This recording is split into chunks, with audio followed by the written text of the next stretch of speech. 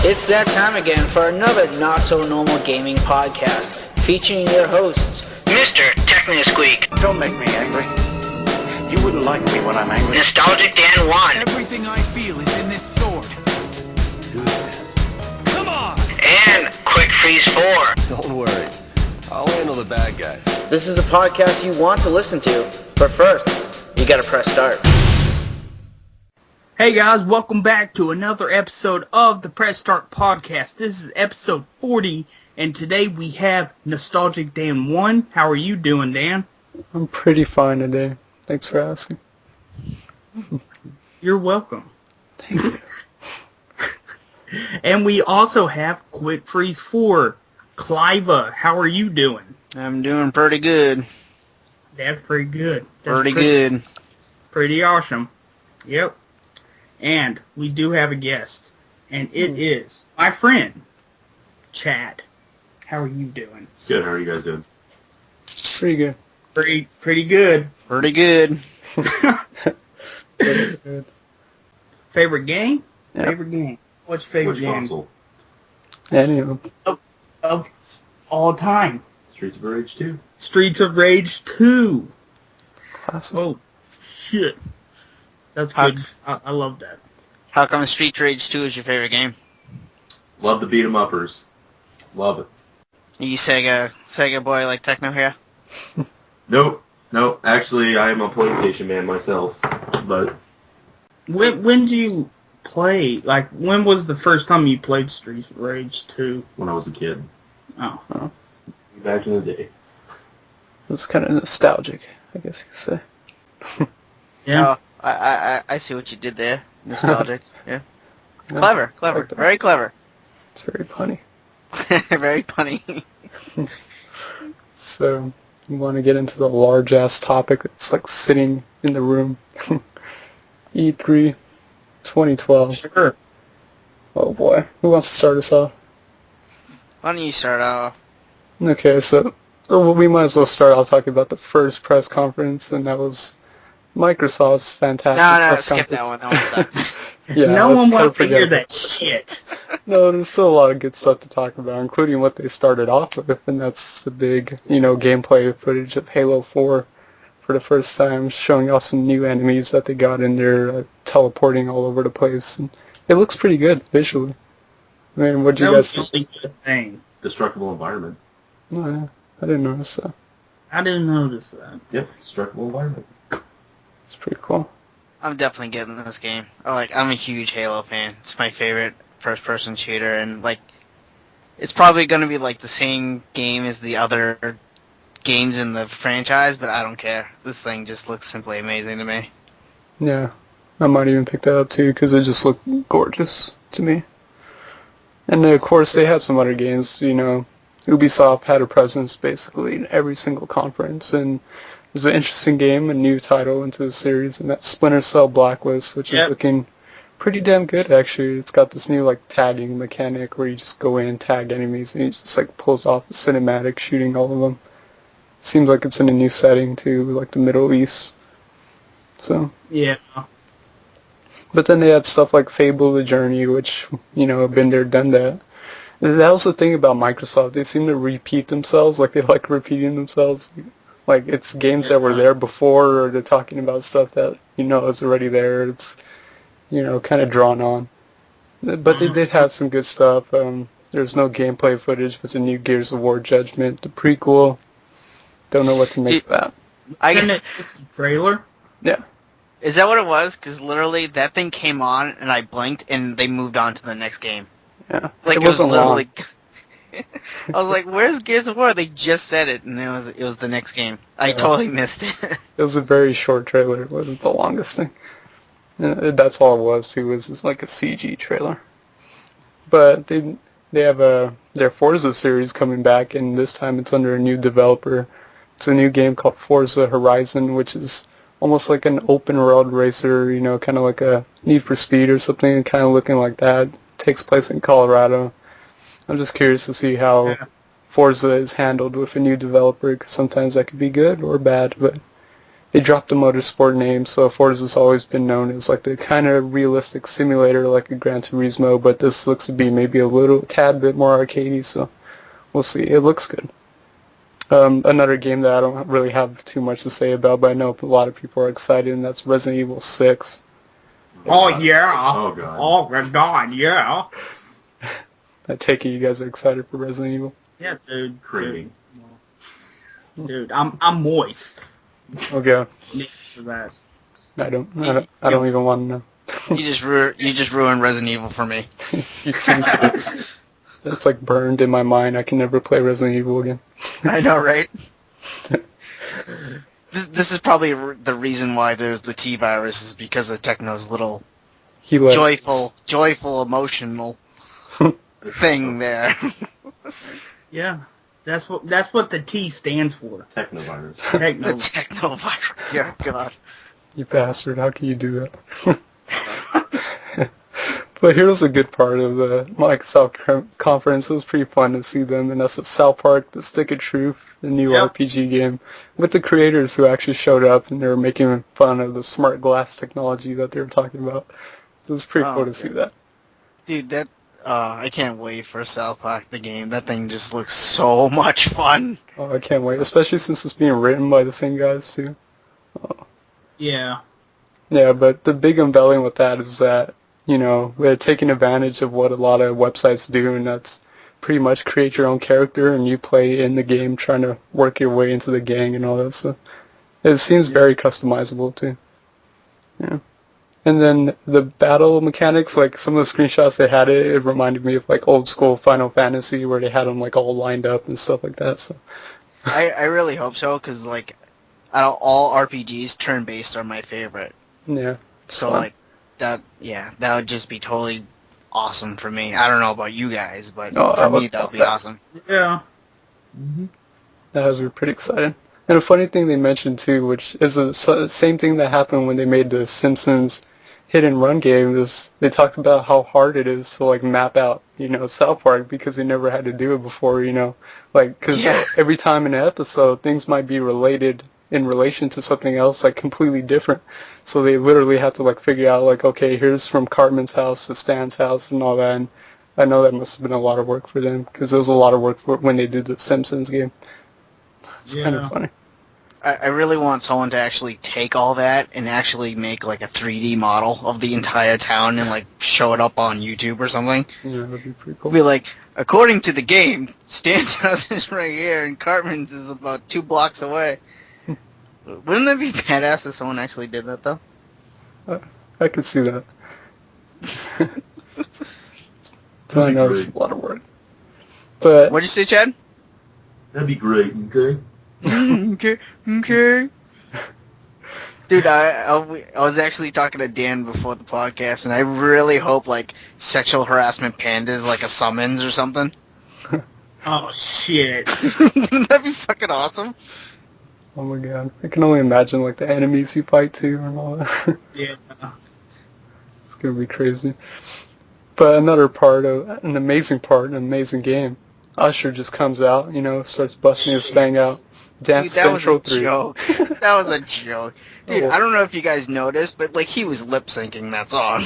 Yeah, poor Usher. He's actually talented and he's a great dancer, but they had some problems with the mic guys. Like, they didn't want to, you know, you got to have reverb as like an effect when it's a concert or something, even if it's a little performance like that. And the guy didn't have reverb on him, so it kind of sounded terrible. So it's kind of hard to listen to. Thing that I noticed, though, is just, like, the usher and the dancers on the stage were not dancing with the game. Like, they were totally different, you know? Like, I'm just like, okay, the very little game footage they showed wasn't even matching Usher at all. Like, I was just like, what is the whole point of Usher being here? It's just like a concert performance, but I it know, doesn't right? I belong was there. just like, get off the goddamn stage and show some gameplay footage. Yeah, that killed me, because I'm thinking like, wow, this is time that could be spent talking about another game, you know? And they didn't even talk about it. He came on, did his song, and left. Yeah, that's true. They didn't even like really mention Dance Central 3. Forgot about that. It's kind of funny. But they had another big game. They ended kind of with a big game, and that's Call of Duty Black Ops 2. Yes. Woo! Such a bros game. But the gameplay they shown off looked pretty cool, but they had this like super powerful gun where it's like shooting through walls and stuff like that, and I can only imagine that as one of those like exploit guns on multiplayer or something. People going crazy with that. I'll admit, like I'm not interested. Like I'm a Halo guy, as I already mentioned, but it did look cool. So I know a lot of like the Call of Duty guys. They're gonna go nuts over this game. No, definitely. But like for me, like I said, I'm not getting it because like I'd rather have Halo over Call of Duty. Yeah. But it did look cool. I did like the whole shooting through walls and stuff. I thought that was pretty badass. Yeah. So Yeah. like, Apparently, it's based off real technology too. So. really? That'd be Yeah. awesome. I think so. I think they demoed it a long time ago. It's probably not like that, but they showed like a gun that could shoot through walls with the bullets. But yeah, I know a lot of people are pumped for Black Ops, and I can understand too, because I give Black Ops credit in that. To me, it's the only like part of Call of Duty now that actually tries to do something with a single player campaign. So I would probably pick that up for on the cheap end just to play through the single player campaign. But they had some new like unveilings, like this is the boring part, but they started talking about like, Connect, but now with Spanish, and you can speak Spanish to Connect and use everything with the Bing dashboard and Internet Explorer 9. Who doesn't love Internet Explorer 9? I'm only interested if it's Connect with Klingon. That should be a language option. Wouldn't that be cool?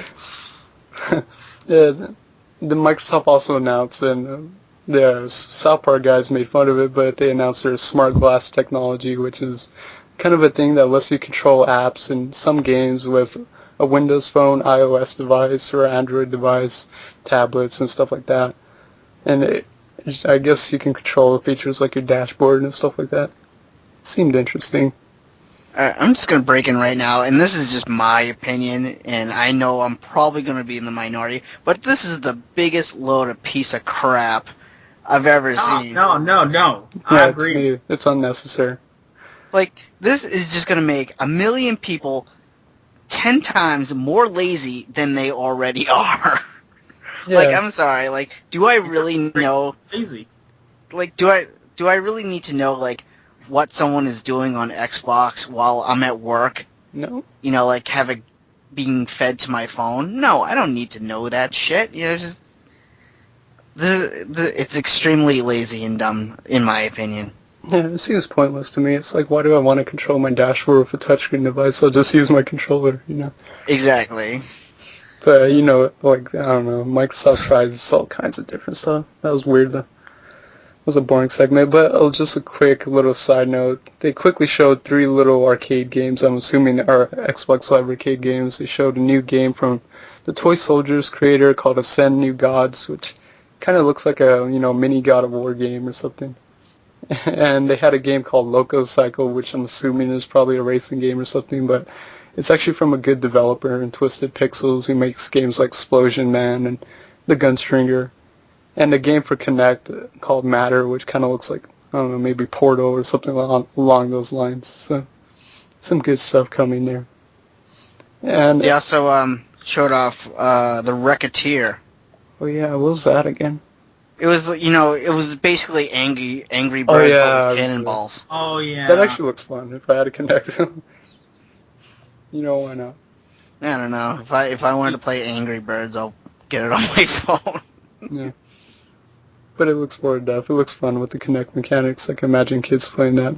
And Angry Birds is, everyone's like, oh my god, Wrecketeer is like an Angry Birds ripoff. And it's like, you guys do realize Angry Birds is a ripoff of something else, right? So Everything's a ripoff of something. exactly, and people need to get over that sometimes. Like, they love to say, like, oh, they're just ripping off this and that. And it's like, really, we wouldn't have some of the genres right now we had if they didn't rip off someone else. We wouldn't have platformers if someone didn't rip off Mario, or we wouldn't have first-person shooters if they didn't rip off stuff like Doom and Duke Nukem. So everything kind of ripped off something else if you look at it. But moving on to another forgettable conference, and that's EA's press conference. Oh, hold on. One more thing before you go on. You didn't mention the Nike with Kinect. Because I passed over that. I was looking at it like, okay, screw Nike. Okay, well, I watched that part, and again, I gotta say, this is the biggest load of piece of crap I've ever seen. Like their whole main selling point of the whole thing was just like real athletes could train in their living room. I'm not a real athlete. I'm a gamer. Well, that's my point. I'm like, if real athletes are gonna do their training, they're gonna do it outside with their professional trainers, in a real life environment. Who's gonna use this Nike Connect thing? It's gonna be me. It's gonna be Techno. It's gonna be Nostalgic Dan. It's gonna be Chad here. It's gonna be the everyday Joe Schmo. And I'll tell you right now, the average person is not gonna need a personal Xbox trainer. No. It's a complete waste of technology, in my opinion. Oh yeah, that too. Yeah. Why? What were you gonna say? Oh, I was gonna say money. That too. Yeah, it's a complete total waste of money too.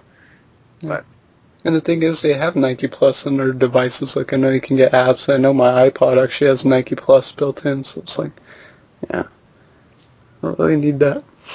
yeah, I just found it funny that their whole selling point was like, real athletes can train, now train in their living room. Sweet. I'm like, oh really? Give that to a swimmer. So how can that work?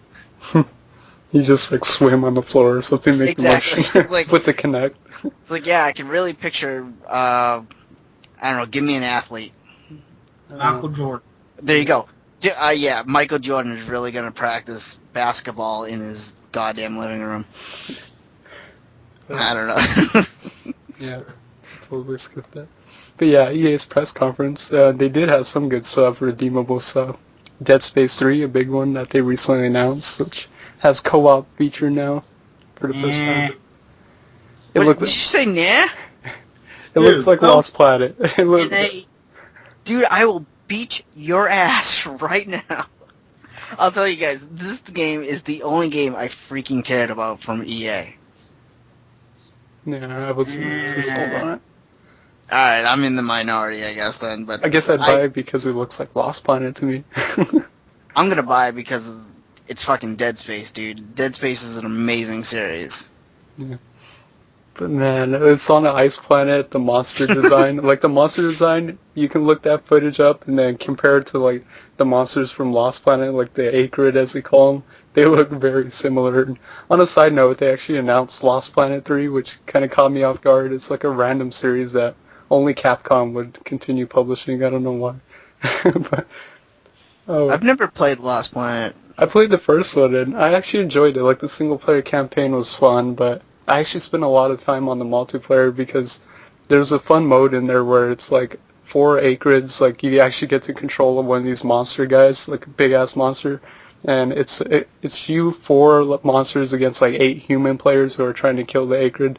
So that was really fun and chaotic, even though it was very unbalanced, but because you could kind of tell, if based off numbers, if there was this many monsters to this many humans, you could tell if you were going to win or lose right away before even starting a match. So it was kind of unbalanced, but it was fun as hell.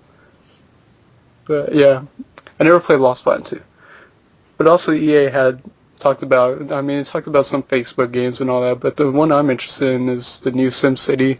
They announced a new SimCity, which, looks just like SimCity with some new additional features and it looks a little more in-depth with what you can do, because the last one was Societies, and it kind of looks like Societies visually, but they kind of took away some features from Societies, and it was kind of limited, but this new one seems like it gives you a little more freedom and very in-depth with some of the customization, like making roads and stuff like that. So, yeah, I like that. And they also had Crysis 3, which is a pretty big game, which looks freaking gorgeous. Yeah. Game looks badass. Oh my god, the game looks gorgeous. I need to play Crysis too. But yeah, Isn't that the one where you need a brand new computer to run it? the original one you did. Okay. NASA technology. Yeah, I think if I remember correctly, the new Crysis 2, there's an achievement that it's basically as soon as you start it up, it says it can run Crysis. That's an achievement just for playing it.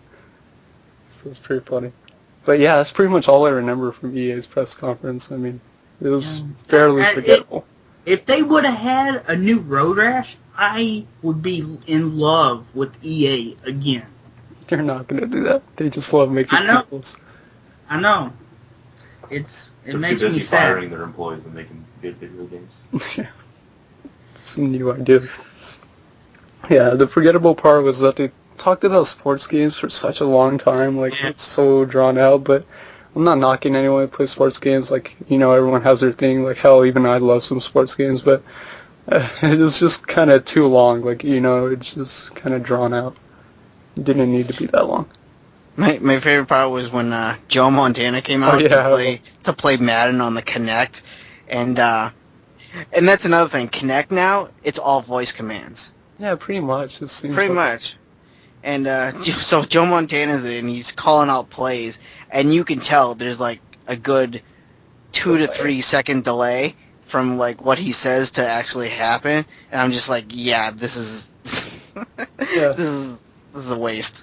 That's always been my biggest gripe with Kinect, is that it's not one-to-one motion. It's always on a delay. Like, even every single game, it's like, I can't play a game that's on delay. Like, I kind of want that one-to-one motion, like even a Wii controller or something, which is pretty much one-to-one, depending on the game you play. But yeah, that always bothered me, the delay. He'd be like, hike, and then he'd hike it like 3 seconds later or something. I'm like, no. Yeah. And he still had the Xbox controller in his hand. Yeah. So, like, yeah. Yeah. Kinect, it's just a voice. Speaking of voice command, I totally forgot, but Splinter Cell Blacklist has some, like, Kinect voice command where he was, like, hanging off a ledge, and he was like, hey, you, and then, like, the guard started walking towards him to, like, distract him, so, yeah. It just goes to show there's a lot of voice command nowadays. It's becoming a thing. Was there a delay in that, though? No, it seemed like he just said it, and then the guard reacted. Okay. So it actually seemed pretty cool, but then you gotta wonder if I'm playing with that on, even if I'm talking, like, maybe to myself, if I just, like, do something loud, is it gonna pick that up and, like, alert the enemies? Yeah, like, you're like, gonna get damn gunned it, and then down. here's the enemies coming to you. It's like, fuck. Yeah, Like, Nostalgic Dan was murdered in his bedroom. it's like, man, that might give away your position or something. But yeah, that was pretty much all I can remember from EA, but one of my personal favorite press conferences coming up because, holy crap, they just, they were all about games, and they have so many good games, and that's Ubisoft's press conference. Oh boy, where to start with this? I love Ubisoft was amazing. Oh yes, and if, like I said before, but if you take little things out of the Big Three's press conference, all three of them had Ubisoft in them. Even Nintendo had a whole segment dedicated to Ubisoft. There's Assassin's Creed at Sony, there's Splinter Cell at Microsoft, so just goes to show, man, Ubisoft has a lot of good games on their hands. I was surprised too, but first one to start off with is actually a game I'm becoming more and more excited for, and that's the new Far Cry. Far Cry 3 looking very promising. It looks like it's going to be another FPS that actually has a decent story going for it. It looks visually more impressive than the last time they showed it. And goddamn, that Mohawk guy, oh my god, he's got to be one of the greatest villains so far in, like, video games. He's just a bastard, man. Is he new? I've never played Far Cry before. Yeah. So like he new or is he like a recurring character? I've never played Far Cry before, but from what I heard, none of the Far Crys carry like a lineage, so it's always a new game. It's always new characters. And this Mohawk guy is kind of someone they developed, but they developed a crazy ass villain, man, and I'm just so intrigued in him. He's like one of those insane, impossible to reason with villains, like Joker. Yeah, basically, he's like, oh my god, some of the segments with him are just so tense. And visually it looks pretty cool, but there's also what looks to be maybe some implementations of, like, drug usage, so the guy's, like, tripping out, and it looks trippy at some points, but I'm really interested in it. And I think it's open world, too, so that seems interesting. But another game they had is Just Dance 4. I mean, come on. You gotta have more dancing. Yeah! Another dancing game, thank God! Because you can never have enough. We all need them. Yeah. This is Rock Band all over again. Basically, guitar. Oh god. That's basically what they're being now. Just Dance and what's the other one? Dance Central. Central. They're Rock Band and Guitar Hero all over again. Yeah. Or the Star Wars Dance Central. The new Star Wars. You know what? That one I would actually play though. I've watched so many streams of people like playing it, and I'm just laughing my ass off. Like, this is incredible. Because just the songs, like they have these songs that are like they changed them and all. It's so funny. But again, they talked about Splinter Cell Blacklist, showed more game footage, and like I said, it looks pretty cool. This game, I don't know what to make of. Maybe Clive, you know a little bit more about it, and that's the new Marvel Avengers Battle for Earth game. I'll tell you what, I know nothing about this game. Yeah, they really No, haven't said much. Actually, looks pretty cool. It looks really cool. That's the first time I've seen anything about it was that one trailer, and I'm just like, why is Wolverine fighting Venom? Like, this looks badass. Why not? And then you got, Spider-Man fighting Magneto. I'm just like, okay, these are pair-ups that you would not normally see in comics. So I'm just like, already I'm interested in this game, but they didn't show any gameplay footage. Yeah. Do you think it will be like a, I forget what you call it. Like Ultimate Alliance? Yeah. I don't know. Like I said, they didn't show any gameplay footage. Is it an RPG? Again, they didn't show any... That's Ultimate Alliance, you know, the So, four... like City of Villains and City of Heroes and stuff like that? Yeah. Actually, I think the rumor with it is that it's going to be an MMO. That would be badass. I would play it. Yeah. Which would make sense. What system is it for, though? I don't know. That's the thing. Oh, like, they okay. haven't really said many details. It was basically just a trailer. Yeah, like a teaser, basically. But yeah. And another game I'm excited for from Ubisoft, goddamn you guys, Rayman Legends, the new Rayman game for the Wii U. Yeah. Everyone knows how good Rayman Origins is. It's, you know, a long overdue return to classic platforming, and visually it's got absolutely beautiful style. But this one, what I'm interested in is that with the Wii U controller, it looks like it's got some music rhythm mechanics where he's like touching it to the beat, almost like the great Bit Trip Runner series. So I really like that idea. It looks really cool too. And another new game, and it's completely exclusive for Wii U that caught a lot of people off guard, and that's the new Zombie U game, which looks pretty interesting. I don't know what to make of it. It looks badass, man. I love the trailer. The trailer they had with the, you know, Queen song is perfect timing too, but such a good trailer. It looks pretty badass. I like during the Nintendo conference, the guy was like, you may want to put your children to bed or something like that. Yeah. Oh my god. The And game looks scary, though. So. yeah, and it seems interesting too, because I was watching some, you know, later they showed some gameplay on it, and it has a really interesting mechanic where it really does try to instill the idea of, you know, survival, like you're trying to survive a zombie apocalypse, because you play as a character, but almost like a roguelike RPG, you play as a character for as long as you possibly can, but if you die, you lose all the progress with that, and you get reset into another character, and you start all over again trying to survive. And it's almost like trying to beat your record, like, how long can I survive this time and all that. So that seems interesting. Yeah, that was their main selling point, was how long can you survive. Yeah. And let's face it, nowadays there's so many zombie games that you better do something different if you want to stand out. But that's good for them. And it has some, like, implementation with the gyro sensor and all that, and using the Wii U to, like, whack at zombies, or, you know, touching for a keypad, stuff like that. Yeah. And of course, speaking of fitness, Your Shape Fitness Evolved for the Wii U. Pumped. Can't wait. Woo! I don't even remember this game. That's Ubisoft's kind of example of the Wii Fit or something. But another big one. Enough with those downers. Assassin's Creed 3. Yeah. I can't wait for this game. Yeah, I'm actually becoming more pumped for this Assassin's Creed 3 just because of the setting. I'm a sucker for that setting, the Revolutionary War time, and it looks visually gorgeous. It looks so badass running from, like, tree trunks. Oh. It looks so badass. And I like the fact that you're not on anyone's side. You're just, you know, kind of against them all, basically. Trying to get the Templars. But they had another game that Ubisoft's been working on as kind of like an esports game. They kind of wanted to become an esports game, but that Shoot Mania Storm, which is kind of like TF2, and it's kind of like fast paced and all that. But yeah. It reminds me of a lot.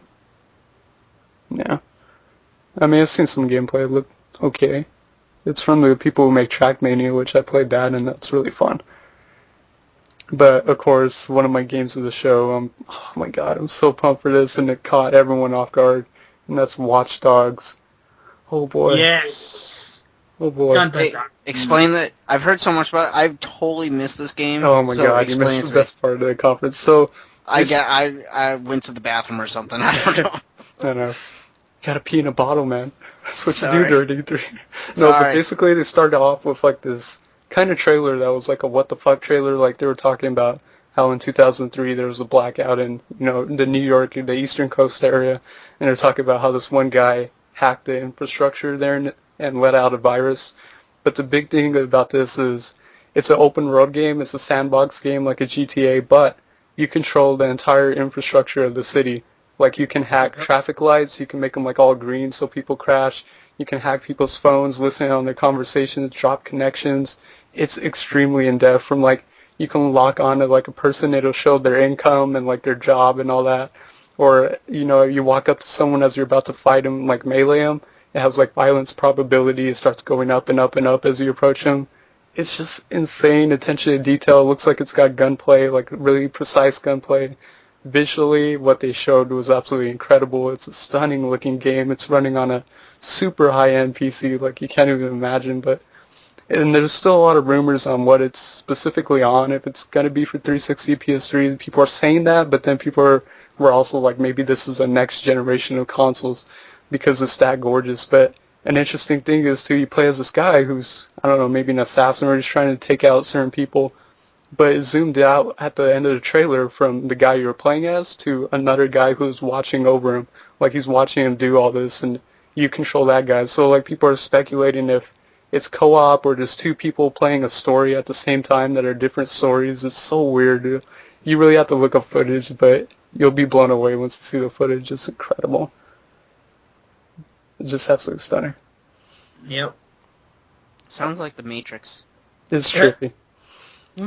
Seems so cool though. I mean, just the idea, like I can picture that game being fun to dick around into because it's almost like you could dick around and never be caught because you're just doing this from your cell phone.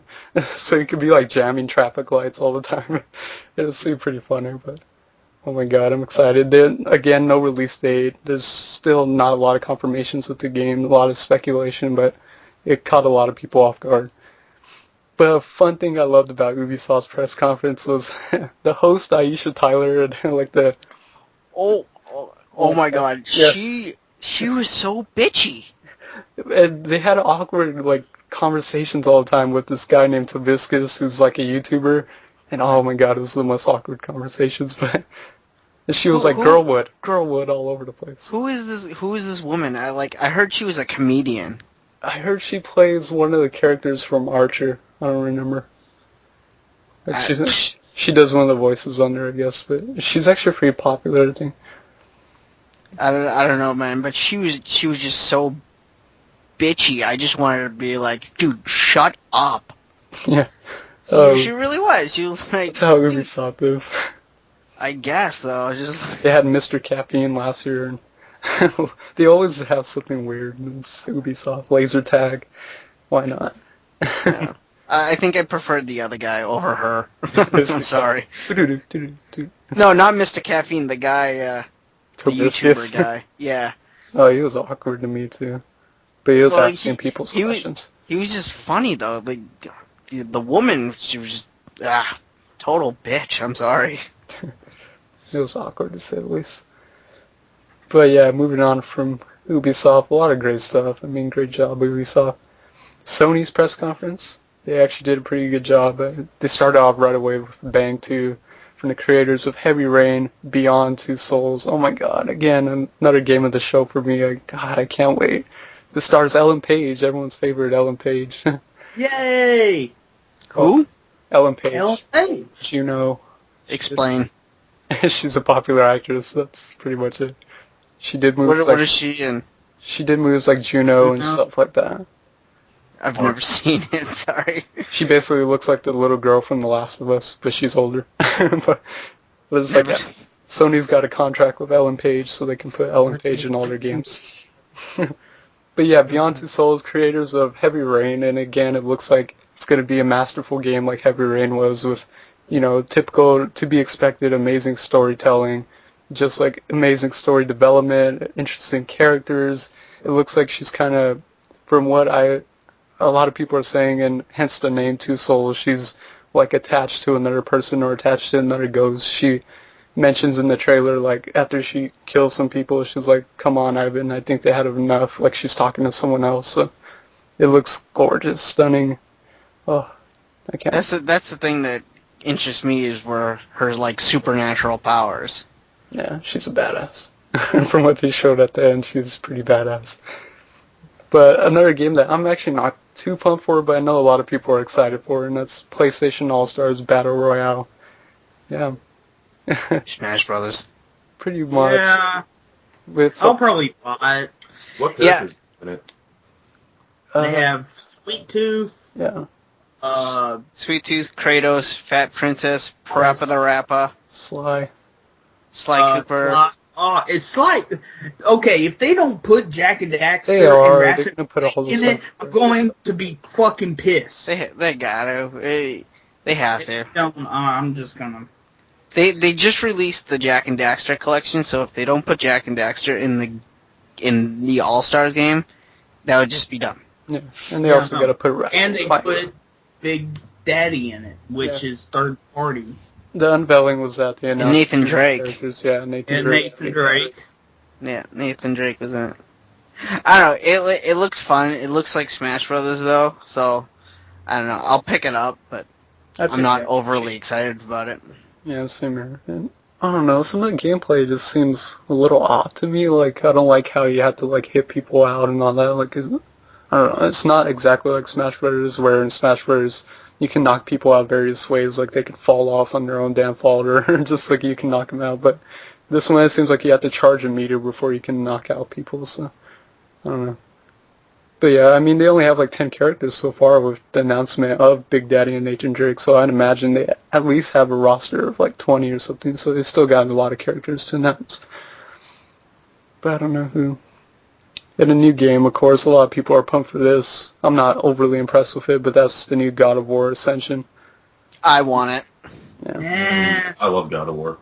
Well, it's the same thing that I said about Halo. It's like, yeah, it's the same exact game, but I'm a huge fan of God of War like I am Halo, so I'm definitely buying this one day one, even though it looks like the same game.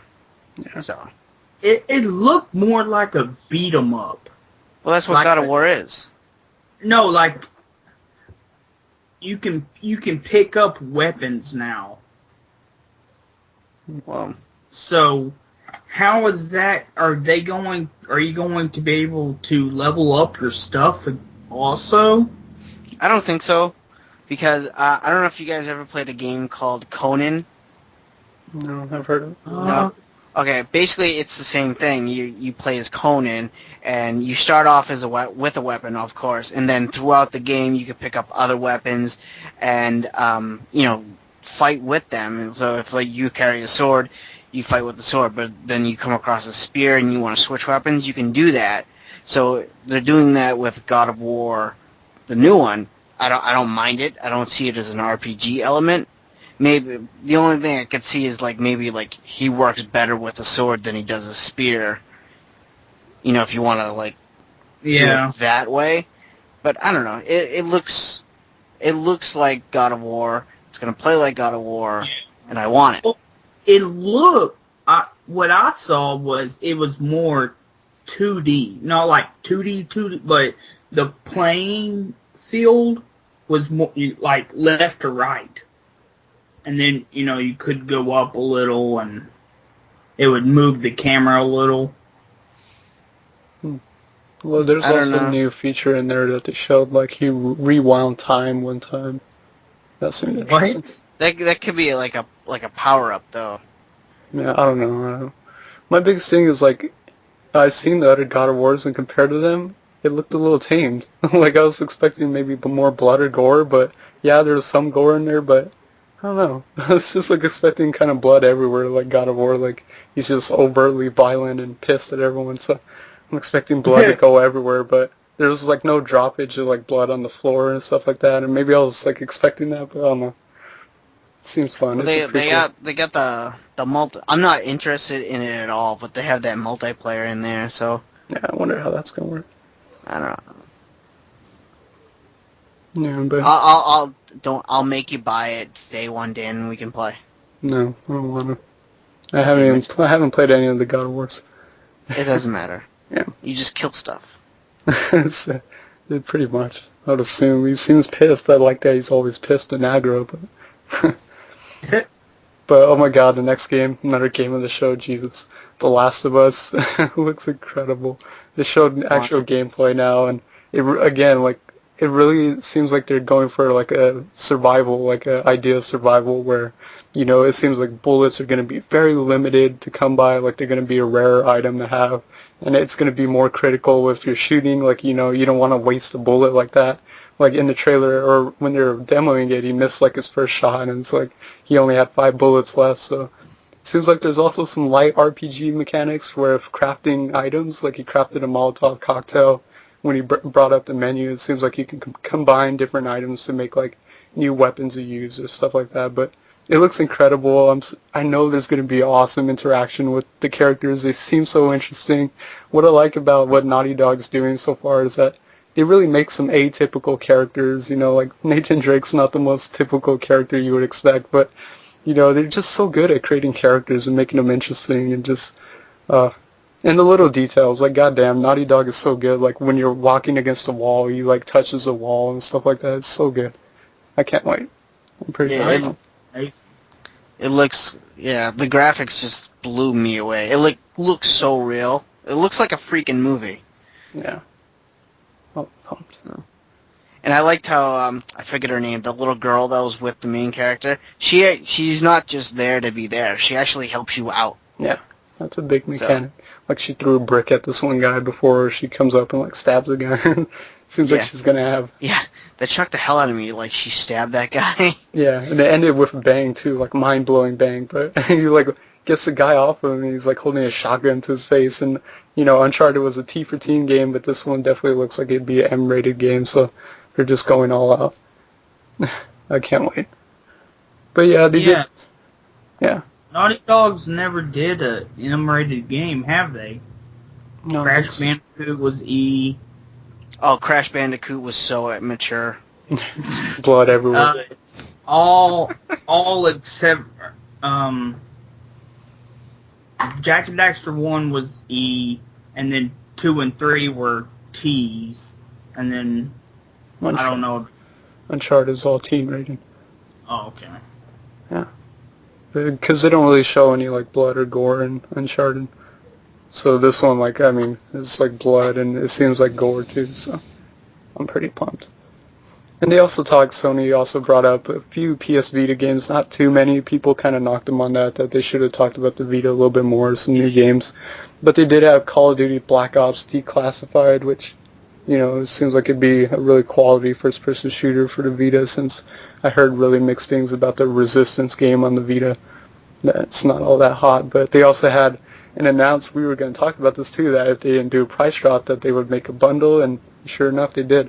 Assassin's Creed Liberation bundle with a white PS Vita, 4GB memory card, and the game, but it said it's going to be released in October, but there's no official price yet. I gotta say, I so called this out. You guys remember last week I knew they were going to do like a Vita bundle? Yeah. This is it. They sold me the Vita. I'm definitely getting this bundle. Yeah. But we don't know the price yet. Yeah. I don't care. I'm still getting it. $5,000. Oh, Clive was there. Oh, yeah. Dan can buy me that then. We'll go in half and half. Shit. But man, don't you think it's kind of funny, or like with our economy and how like electronics work, where just subtle things like colors excite us, like, oh my god, it's white now. Like, I'm not excited about the color. I'm excited about the Assassin's Creed 3 Liberation game. Yeah, but I'm just talking in general. Like, it's always been like that. Like, even with like iPods, it's like it was a big deal when they announced like a white iPod. I'm just saying how in general people get excited for new colors. That's kind of how our culture is. So, I know people went like crazy whenever they announced new colors. That's funny. I'm more excited about the game. I'm just saying. It's a female assassin this time. That's pretty badass. I like that. It is cool. And I read, Is she hot? I guess. I don't...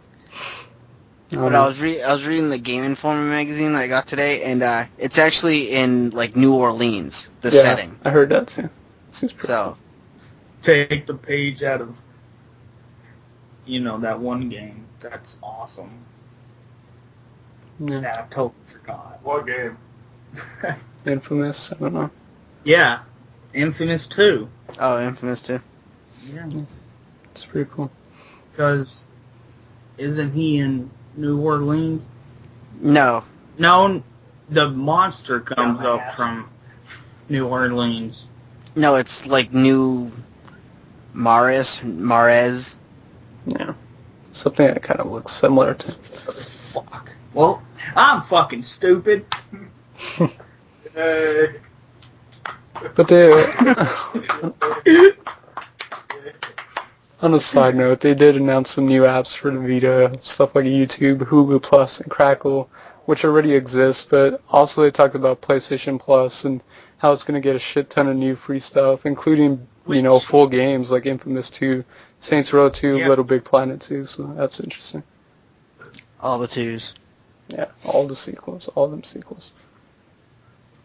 But yeah, and also the best part of Sony's conference, goddamn, Wonder Books. I mean, I can't wait for this thing. This thing Riveting. looks so cool. amazing.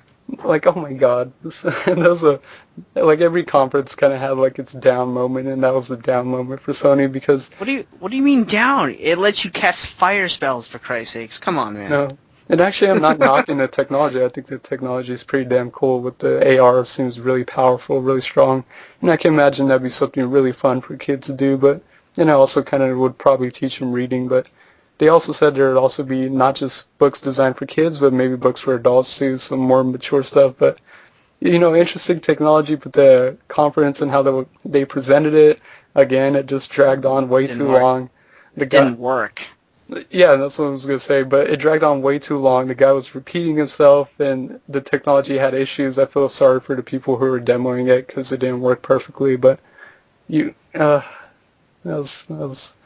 Wonder Book is something else. I'm curious if they're going to charge full price for these Wonder Books, like a video game, like if it would be $60, $50, But I think they should probably price it low or something, like 30, 40. I don't know. This reminds me of that. What's that stupid child learning toy? The frog one. Leapfrog. Leapfrog? Is that what it? Yeah. It's like I was about to say Blaster. you buy the application, or in this the toy, and then you buy individual cartridges, or in this case books. I don't know. I don't see this thing taking off. No, hell no. It's going to be like, I don't know. We'll see. It's interesting. And that's pretty much all I can remember for Sony. Do you guys have anything else? That's pretty much it. Yeah, overall, a solid conference. Wait, What? what about Metal Gear? They didn't show Oh that. yeah. Yeah, they Metal did. Yeah, they Gear. did. Yeah, they did. I love Metal Gears. Unless it was a montage, which I don't count montages, really. No, they didn't show it during the actual conference. They not? I don't think so. I Oh, think it was I wouldn't like remember that. I think it was like one of those random they do interviews on the showroom floor. Yeah. Yeah. They did show it though. Yeah. They showed gameplay Yeah, they did. Yeah. on Spike. I know. Starting to look better and better, actually, that game. It's your robot ninja riding, and like you can cut anything in any way you want. That's badass. That's badass. And it's from Platinum Games, which did Mad World, which Mad World was was badass. awesome. Bayonetta. Bayonetta, Yeah. badass. It's a great ass. A great ass too. Great ass and badass. Winning combo. But I give Sony credit. Like, they're the only... Like, I love Sony for this, but they're the only conference that actually allows fans into their event. And the reason is because they actually hold their conferences not within E3's regulations. They actually hold them without it, like outside of E3. So that's the reason why they can allow non-press to come in, because all these other events you have to be like a journalist or, it's a select group, you have those name tags, but, people could line up and get tickets and they fill their events with fans, which is pretty good too, because you have fans there who are going to get like some good reactions from some of the games. So, and they started off with a badass montage that just gets you pumped. But I also like Sony because during the montage, they're the only like company that would do this, but they actually included footage from like indie games and even like a JRPG of all things. They included Ni no Kuni in there real quick, so I just like Sony for that. That montage was long. It was badass though, it was epic. It was badass, but it was long. That's what they want to do. I mean, Sony's badass. They got a lot of games. You got to cover 'em. But moving on to, the final, Nintendo. Oh boy. So it started off with a big announcement. Of course, a lot of people expected this, and that's Pikmin 3. And it looks actually pretty damn good. Like, they showed off gameplay, and visually it looks incredible. It looks like the Wii U is going to be a pretty powerful system, and that game's probably not even pushing it to its max. So, I never played Pikmin, though. Have you guys played it or interested?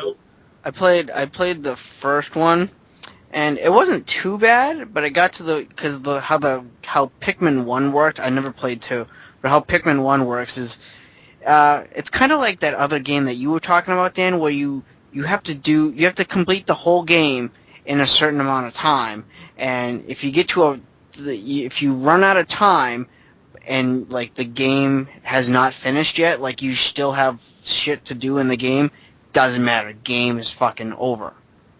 Mm-hmm. Like that's how Pikmin 1 was. I hate that.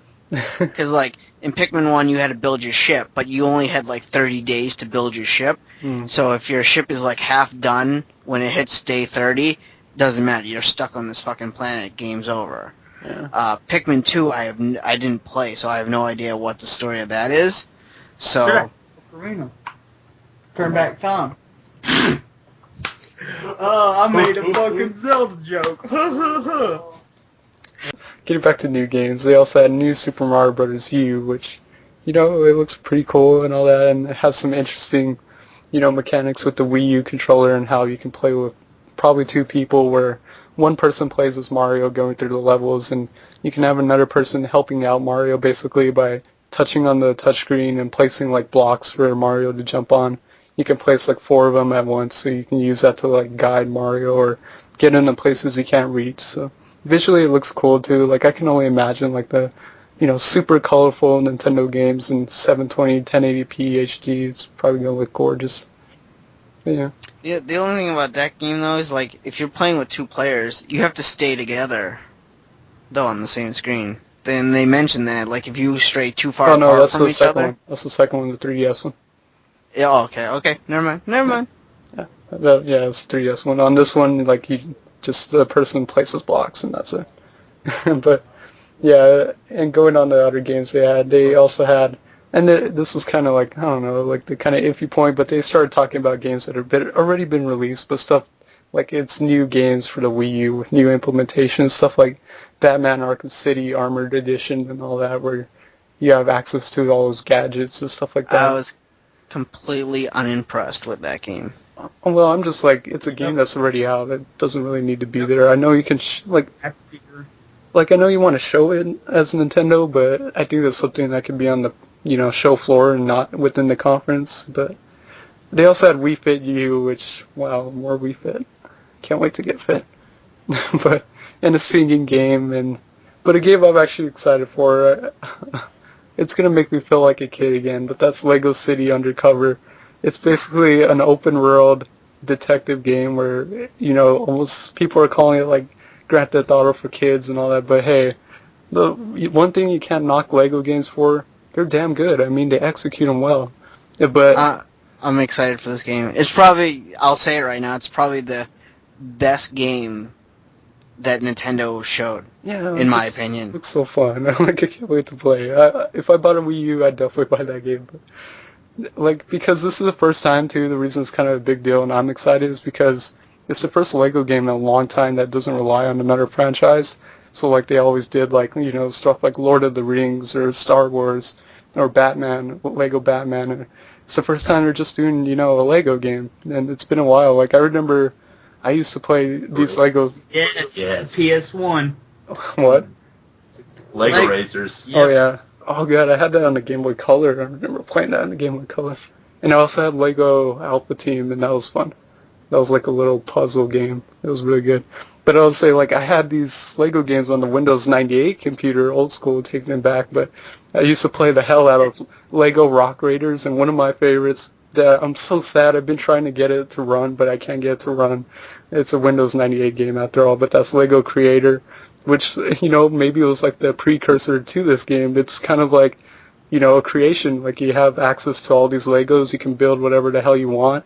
You can put vehicles in there, and you can actually drive around in the vehicles. I remember one of my favorite parts was you can make the Lego guys fart. Like, just randomly, they would just fart, like, make a fart noise. It was an amazing game. Oh, it was so fun. It has some mini games, too. I wish I could play that again. That'd make me feel like a kid again, but I can't wait. I'd buy Lego City. But like I said, too, Ubisoft had a really strong presence in Nintendo. They had their own dedicated segment where they started talking about their games pretty much all over again. Everything we pretty much mentioned. But Ubisoft has a really strong bond with Nintendo right now.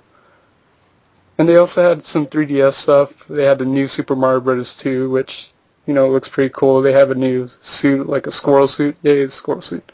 But you can fly, kind of. And that's the big deal. It's like they have co-op now, but it's not online co-op. I think it's just local co-op, and like Clive said before, you have to stay together or else the other person floats on a bubble or something. It's like, and you got to watch your friend play the game basically while you're waiting. I'll say right now, this game looks boring. I guess see more footage. Well, the whole point with the new Super Mario 2 is it's coin collecting. It's like they said, try to get 1 million coins. Yeah, well, it seems like a score attack game. Did you watch the freaking gameplay? The guy scored like 7 lives in a matter of like, I don't know, 45 seconds to a minute. I'm like, really? Is it going to be that easy to get extra lives? And like Mario was just constantly getting coins. Like there were coins all from point A to point B at the beginning of the level. And like say that's like level 1. Is it going to be like that in like level 8? Are you going to be able to get like 7 lives in like a minute in like level 8? Or World 8. Yeah. It looks fun. It looks cute. It can be entertaining. But I think the more you're going to play it, the boring it's going to get. Because it's just going to be too damn easy. Yeah, and that's what people are saying. It's going to be a score attack game, basically, or a time trial game where you try and beat the game as fast as possible. Oh, yeah, they totally mentioned the whole speedrun thing. Like, that was another main selling point of that game, is the whole speedrun thing. Mm-hmm. To me, I'd rather play the Super Mario 3D line. Yeah, exactly. And I don't know if this is true or not, but I heard that thing is only going to be local co-op. Yeah, that's what I said. It's not going to feature online. It's just like you and another person. If that's true, I'm not getting it. There's no excuse for this game not to have co-op online. They did it with Mario Kart, they did it with Mario Tennis, and they did it with Kid Icarus Uprising. There's no reason New Super Mario Bros. 2, there's just no reason. It has to have co-op online. There's no reason not having it. Yeah. I don't see why they They're just fucking lazy. I don't know, they just want to put it out there. I played New Super Mario Bros. On DS. It's fun, but it doesn't look anything like the second one, which they're showing, or it doesn't look even like the Wii U version, which the Wii U looks way different from Mario Bros. 2. Well, I'm glad you brought that up, because I have New Super Mario Bros. For the DS, haven't finished it. You know why? Because it got boring. I have New Super Mario Bros. For the Wii. I didn't finish it. Got boring. Is it going to be the same thing for the 3DS? Is it going to be the same thing for the Wii U? They just look boring to me. Like, they look fun, they look cute, but the more you play them, I think they're going to get really boring. Yeah, and I think it's due to more people that... I think it really does come down to if you prefer Mario as a 2D side-scroller, which I do, which I always preferred him as a 2D side-scroller, or a 3D game like Mario 64, Mario Galaxy, and like that's the kind of thing, like, if you would get bored between that, I could see that being the thing. So yeah, I don't know. Eh. Yeah. Yeah, to each his own, I guess. So. Yeah.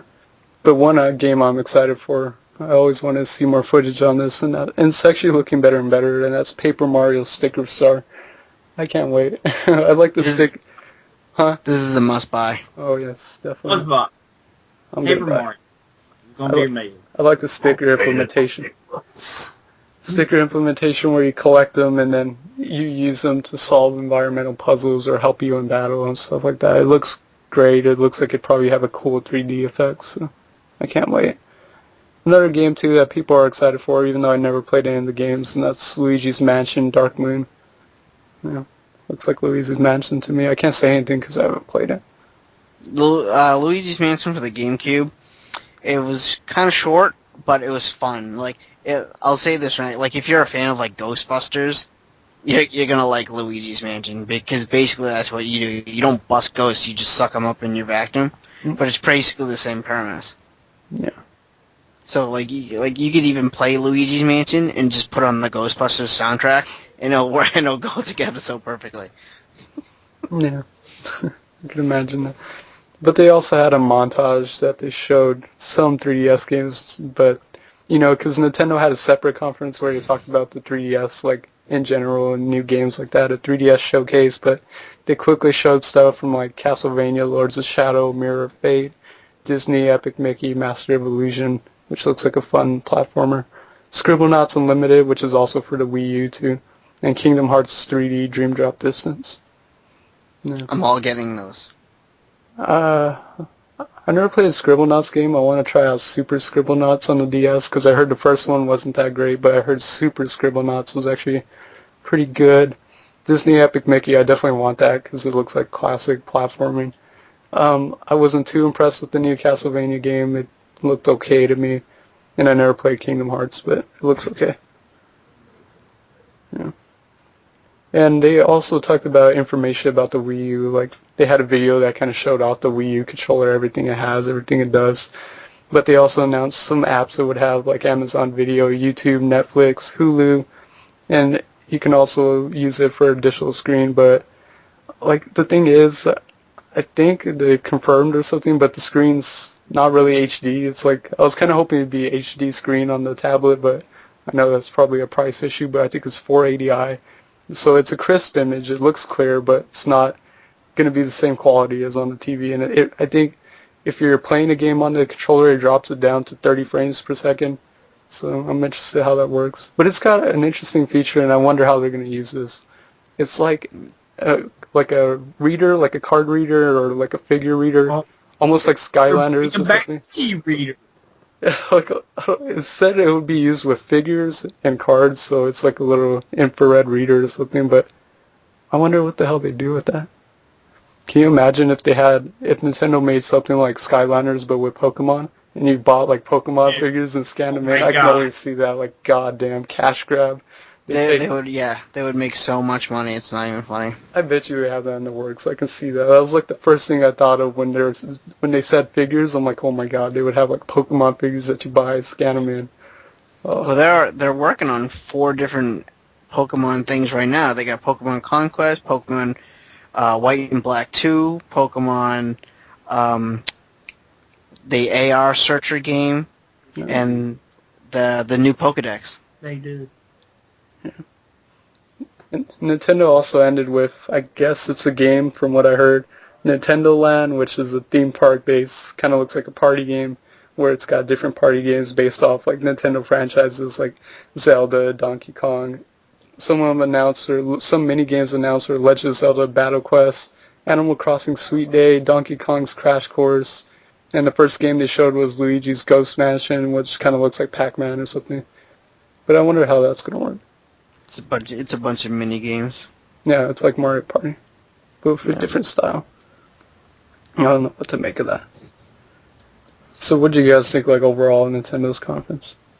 Well, I wrote a list of all the games for all the conferences. Like, I took notes, and for Nintendo, basically, I wrote one word for pretty much every single game except for the Lego City, and that was the word same.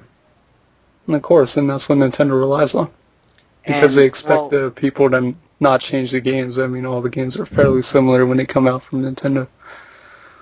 Well, I find that kind of lame. Like, I'll just be honest. Like, Pikmin 3 is cool. You know, we haven't had that for like nearly 10 years, so that's fine.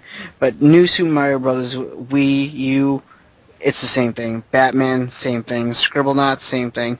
Wii Fit U, it's the same thing. Sing, same thing. You know, these are old games that they're just bringing to the Wii or the 3DS. It's just there's nothing improving on them. Like Paper Mario is still kind of like the same thing, but they introduced the whole sticker thing, so I consider that brand new. Yeah. But you know, like Just Dance 4 they got for the Wii U, it's the same thing. Nintendo Land, that's new, but it's still a bunch of mini games, so it's just like a mini game collection, so I consider it the same thing.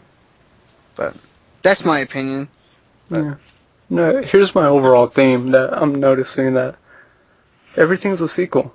Like everyone's losing creativity now. Yeah, like, that's and why? exactly my point. Why? Because I think they're getting ready to move on to a new system. They don't want to unleash a new IP on this generation and not carry it over. So they just want to do sequels. Everyone wants to do sequels, whether it's a prequel, you know. We've seen everything, honestly, before, with the exception of a few. So it's just revamped. I mean, from stuff like God of War to stuff like Tomb Raider, which kind of looks like Uncharted, but, you know, a little more grittier. Everything looks kind of similar to one another, and everything's like a prequel nowadays or a sequel. So I think that just shows that they're getting ready to move on to the next generation. Now, there was something, sorry, there's something about Nintendo that you didn't mention, is that you could actually are able to buy retail games Oh, yeah. Well, on the 3DS to be downloaded to your system. full game. So, like, and I think the first one they're going to do this with is New Super Mario Bros. 2. So, like, if you get up in the morning and you don't feel like going to GameStop, you could pay the $40 on your 3DS and download it right to your system. You know, I'm not going to do it personally. I rather actually have the physical cartridge, but that's still pretty badass. They also said you would be able to buy a voucher, too, to go to GameStop and have, like, buy a code for $40, basically. Which is interesting. That I have to admit, that's awesome. Yeah, I mean, because I know there's a lot of people who aren't like us, who aren't collectors, and they just rather download stuff right away. I know a lot of people think it's easier, it's, you know, you have it permanently, basically, because you can just keep downloading it and you don't have to worry about it losing it or breaking it or whatever, so that's cool that they offer that. And, of course, they'll probably offer more games for that later on down the road. And also another big trend of E3, Q1 2013. Everything is like basically coming out in Q1 2013. It's like this game's coming out in 2013, early 2013. And it's like, my God. It's going to be like that holiday season, like a year back, November, around that time, where literally all the good games are coming out. You're just not going to be able to keep up. You're going to have to, like, pick out all the games you're going to want and all that. It's going to get crazy. Wow. But overall, I mean, there's still some other stuff. I want to mention some games that, like, I was interested in but aren't on the, you know, in the conferences, that were just, like, on the show floor. I'm really impressed with how Persona 4 Arena is actually coming along. It's actually shaping up to be a solid-looking fighter, just classic Arc System Works style. Looks absolutely stunning. It looks like it's going to be really in-depth, too, with the Persona mechanics. I can't wait for that. And also a fun game from Bandai Namco called Tank Tank Tank, which is a Wii U game, and it's basically an arcade game, and people were kind of unrightfully knocking it just because they're like, oh my God, this game's ugly, is this the graphics of the Wii U, it's terrible. But it's actually a fun game, it's an arcade game, so that's kind of why it looks like that. And also by Bandai Namco as well, One Piece Pirate Warriors, which I'm not the biggest One Piece fan, I know it's an anime, but I never watched it. But it looks like a fun Dynasty Warriors style beat 'em up, it looks super over the top. And a game that, like, just questions, it makes me question Nintendo, is like, why is this game not shown in your conference instead of some of these other games you showed? There's a game called Game & Wario, which is an actual Nintendo game that they didn't talk about in their conference for whatever reason. It's not like a WarioWare, but it's like Game & Watch. Like, it's going to be like little, you know, WarioWare is like frantic mini games. You got to do them really fast, but this is more like just kind of like Mario Party, like really quality mini games, not as much, but really quality, and it uses like the Wii U screen. That looks interesting. But I mean, what about you guys? You guys have any other games that like weren't in the conference that you're excited about? I can't think of any on the top of my head. Counter-Strike Global Offensive. Yeah, Counter-Strike. It's supposed to be coming out August 21st for just $15 on Steam and $360 and PS3. So, yeah. I didn't know it was going to be downloadable for 360 and PS3. Yeah. That's interesting. It's just a lot of news, and I also have, when we get into news later on, some more stuff that was kind of at E3, but some other stuff that's not in E3. So I guess... Now, like, what, like, I'm going to ask all you guys, what, out of all conferences, the major 5, what is your most anticipated game for each one of those conferences? Shit. So like an anticipated game for like all 5? Yeah, like, okay, Let's see. for Nintendo, what do you want the most? From Sony, what do you want the most? From Ubisoft, what do you want the most? Okay, from Microsoft, it's hard because there's like third-party games in there too, so it kind of gets confusing. But for Microsoft, honestly, I would say the new Tomb Raider. Actually, they showed a lot. Yeah, of we didn't even talk about that. Yeah, I actually skipped over that. I forgot it, but yeah, the new Tomb Raider. It's looking gorgeous. It's looking kind of like Uncharted, like the style of it, but a lot more grittier. It actually looks like it's probably going for a mature rating, surprisingly, but because there's some intense scenes in there. There's violence. It's got some suggestive stuff in there, but it looks like you're really going to have to fight for survival again, which it looks gorgeous. I can't wait. That game reminds me of Uncharted. Yeah, a lot of people are saying that, but it's got new mechanics. I mean, it's more mature, and you're going to have to survive, basically, because it showed the samples of, like, her hunting animals and stuff like that. And maybe almost like The Last of Us, where ammo is going to be really scarce or something. But from Microsoft, from EA, it's hard because EA wasn't too impressive, but Crysis 3 maybe for me from that. From Ubisoft, hands down, Watch Dogs. Yes! From Sony, I'm actually gonna shock people. I'm gonna say Beyond Two Souls. That's kind of hard because they got The Last of Us, but I love a good storytelling, like just the guys from Heavy Rain. And from Nintendo, again, it's kind of tough, but I haven't played Pikmin, and I'm just not that impressed with the new Super Mario Brothers games coming out, so I would actually say Lego City Undercover, actually. I want that game, like, man, I can't wait. I feel like a kid again. But that's pretty much it. What about you guys?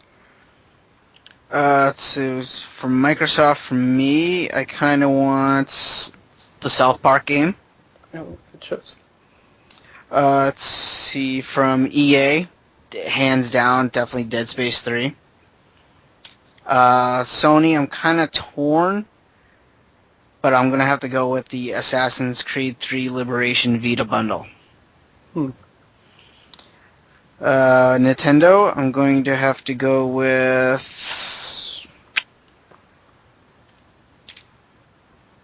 Lego City. And then Ubisoft, I'm going to have to go with Assassin's Creed 3. What about you, So. Santa? Okay, Nintendo, Paper Mario, Oh, yeah. Ubisoft, Watch Dogs, hands down. Microsoft, South Park, Yeah. Sony,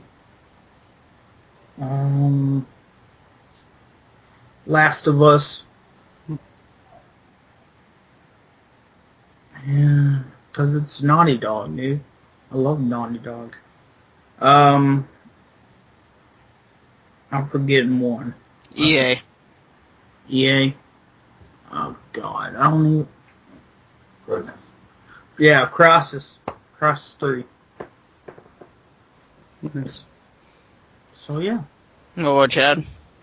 Microsoft, probably South Park. Assassin's Creed for Ubisoft. EA Crisis 3. Let's see. Nintendo. Oh, Nintendo, Lego City.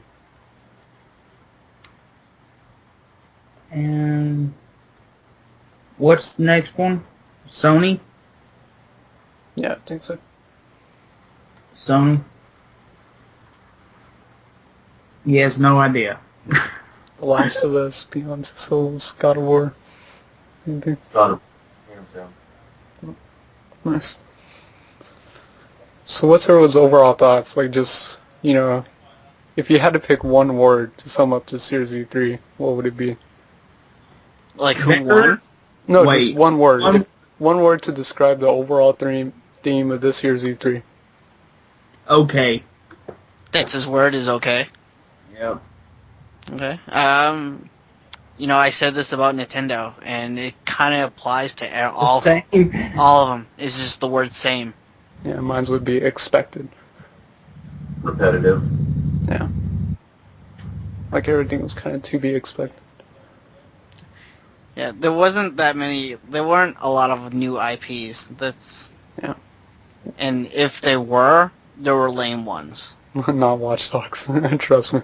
That was amazing. No, I didn't see that one, but from you describing it, it does sound pretty badass. Oh, it's amazing. So. Yeah, but there weren't as many shocks as like we're kind of, would want or what we're expecting. Yeah. Like Nintendo killed it like the year before when they announced like new Kid Icarus and new Luigi's Mansion. Like that's when they first announced it. And that was kind of like all their thunder right there, and then they didn't really. My jaw dropped. Yeah, and then this year they didn't really have their thunder because they already announced kind of all that stuff. They're just kind of talking about it again. So. Yeah. No. I mean. So the final question would have to be, who won? I really don't like to. Yeah, I would say Ubisoft pretty much hands down, but I really don't like to pick winners because honestly none of these companies are there to win anything and they don't really have to win anyone, and they all make choices on their own of what they want to show in the conference. But from Ubisoft, I mean, that's the thing, Ubisoft was all games and they were all good games too pretty much, so it was a great conference. I'm going to have to disagree with you guys and say Sony.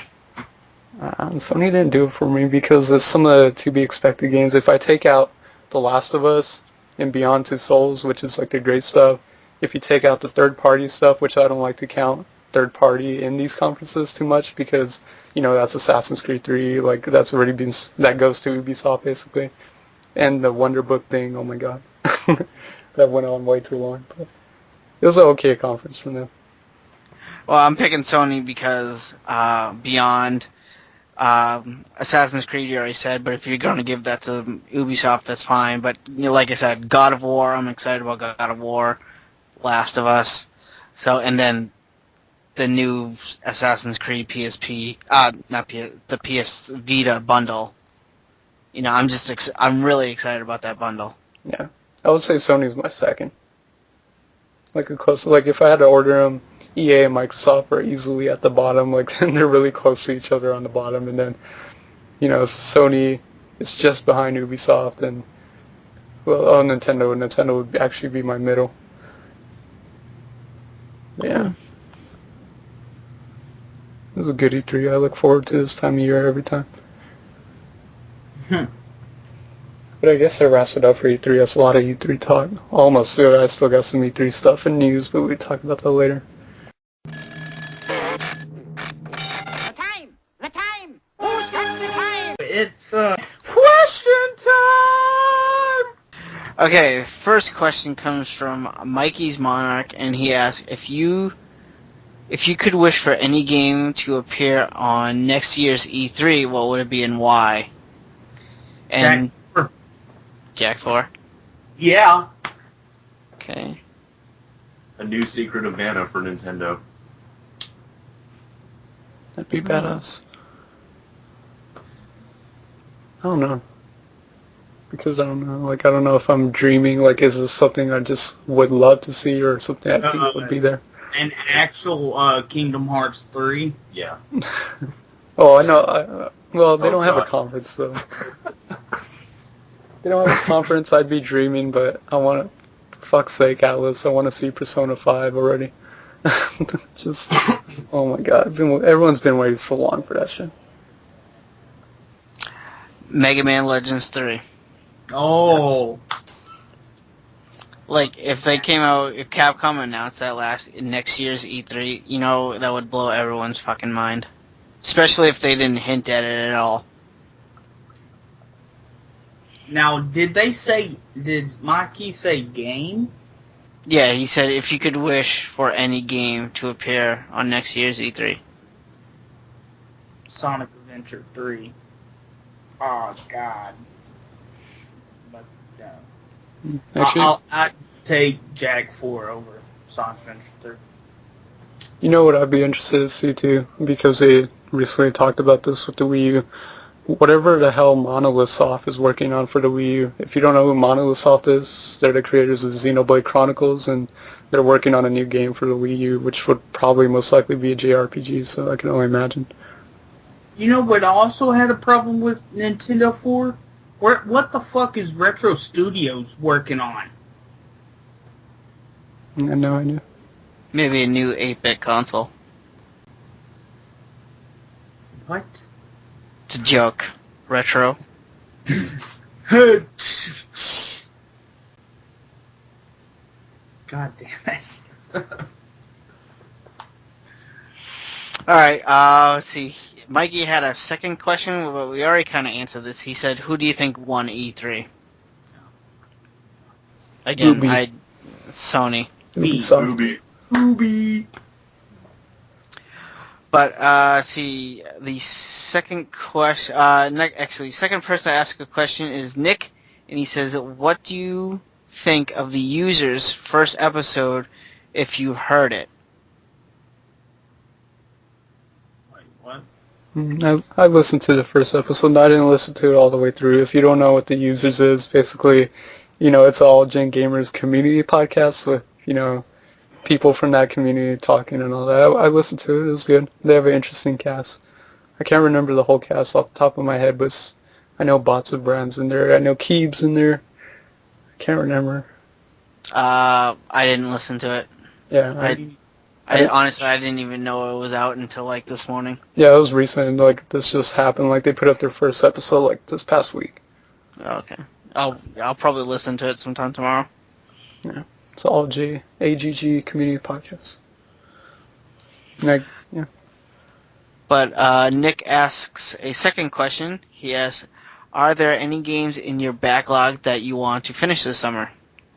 No, that's easy for me because I did a video on it. But if I had to pick one out of my backlog that I really, really want to finish because it's still sitting, you know, shrink wrap brand new, and that's Radiant Historia on the DS. Oh my god, I need to start playing it. I probably will this coming week, especially since something happened where my HD TV decided to, you know, take a shit on me and not work anymore, so I don't have a TV right now. So I can't play console games, or I could ghetto rig it with my laptop, but I don't like doing that. It doesn't look as good. But yeah, I can't play, you know, console stuff for a while, maybe like another week or so it'd be a good time to bust out some handheld games I need to play. And Radiant Historia, I've heard amazing things about it, so I want to start that up and finish it. I'm not actually going to answer this one because I'll be talking about it in games we've been playing. Alrighty. Well, I got one. Favorite Dreamcast game of all time, Skies of Arcadia. No, you know what needs to be yours? Tales of Vesperia. Finish it. Oh yeah, dude, Tales of Vesperia. Finish it. Finish it. Techno, I was actually talking to Dan before the podcast, and I bought that game. Yay! I know. 'Cause it was cheap. Now I just gotta buy the Jack and Daxter collection so you guys can stop bothering me. Yes. I'll start bothering you about other stuff. I'll find some games. But what about you, Chad? What's your game? Siphon Filter. Siphon Filter. The original one for PlayStation?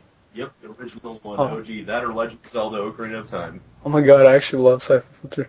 Like, I played through and beat the first two on the PlayStation 1, and I thought they were incredible. And me and a buddy used to play the deathmatch on there because you could just do like one-on-one with each other in these random arenas. And, oh my god, so much fun. Good memories. Okay, that's all our questions, so... Yay! Yay, ask more. Come on. Keep Yeah, ask coming. more. More. More wants more. But, you guys know what time it is. Oh, God. Do I? Oh, no, not this. It's everyone's favorite game. It's Quick Freeze's Milo Trivia.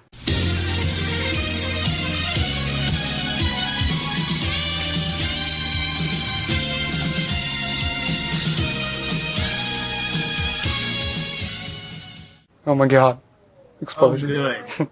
Oh, great. You guys excited? Yes. Of course. I Okay. am very I'm excited. fucking stoked. I've never played. Okay. Well, I'm changing it up a little bit. Instead of asking you questions, this is going to be what came first.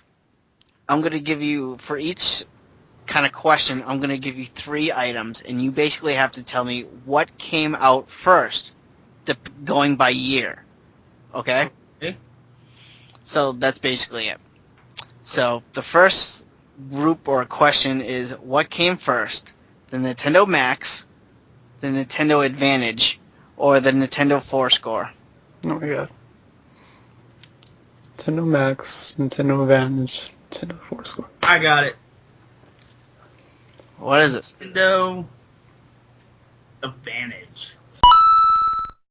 You are correct, sir. Boom! Ding, ding, ding. Techno...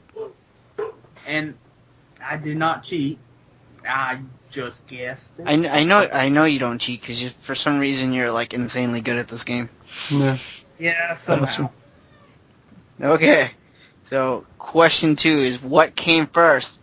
Tales of Destiny, Tales of Innocence, or Tales of Rebirth? Tales of Destiny. You are correct, sir. PlayStation 1. No bonus points, sorry. Oh. Alright. What came first? The PlayStation 3, the ColecoVision, or the Intellivision? Oh my god, Oh, that's awesome. shit. I'm gonna say ColecoVision. You are correct, sir. Yeah. I had to say that. PlayStation 3. No, okay. PlayStation 3. Damn it. I couldn't think of another system that was kind of old. Let's see. What came first? Donkey Kong Country, Sonic the Hedgehog 2, or Super Metroid? Super Metroid. Super Metroid is correct. Oh, nice. It actually came out the same year as Donkey Kong Country, but it was a few months. Alright guys, what came first? FIFA 2006, Mega Man 0, Oh my god. or Super Mario Advanced? Mega Man 0? Super Mario Advanced.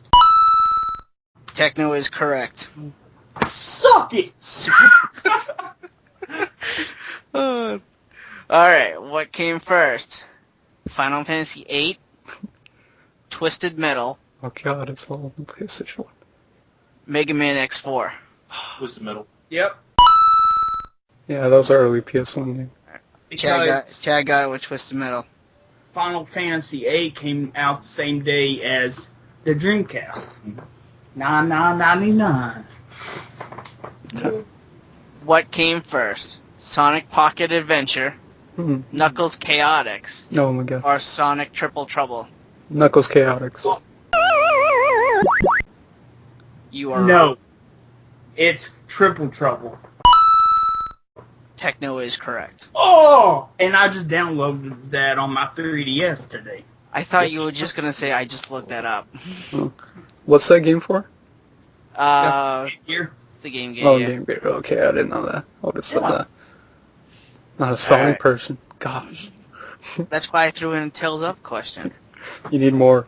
All right, next episode will be all Tails All Up. Tails Shit. All right. What came first? The Game Boy Color, Oh god. the Sega Nomad, Oh god. or the Sega Game Gear? Sega Game Gear. You are correct, sir. Jeez. Bitch! Because the Nomad is the Genesis, and the Game Gear is pretty much a Master System. Awesome. Techno has an infinite amount of knowledge on Sega. Alright, what came first? Banjo-Kazooie, Kirby 64, Okay. or Star Fox 64? Kirby Star 64. Fox Oh. 64. Okay, you all said that at once. So I'm giving you all 3 points. Yeah. Yay! Sorry. You guys all said that at once. Alright. What came first? The Wii Virtual Console, Xbox Live, or the PlayStation Xbox Network? Live. You are correct. Yeah. Yep. Original Xbox. Alright. After 10 questions, Techno has 5 points, Dan has 4 points, and Chad has 3 points. Oh, yeah. The bonus question... Oh, shit. I hate the bonus. Bonus question. How much is the bonus question usually worth? 3. 3? Okay. Bonus question's worth 3. So if Techno you get it right, you absolutely win. Dan, if you get it right, you win. And Chad, if you get it right, you win. So Everybody's- you're all in equal standings. Alright, what came first? Joust, Oh. Pac-Man, Oh my god. or Galaga? Joust. Pac-Man. Techno got it right with Pac-Man. Oh, suck my dick! Oh, thank you. I'm okay. I will pass on that, sir. Yeah. I think Amy will take up your offer on that. Screw you. I don't know, man. We should... Techno wins these things every It's week. rigged. It's rigged. It's rigged. I call shenanigans. I was actually watching a thing on Pac-Man today, too. Alright, well, congrats. You won. Bravo. Your prize is absolutely fucking nothing. Yes! Best prize. Alright, guys, now it's that time in the podcast where we do some gaming news. Yay.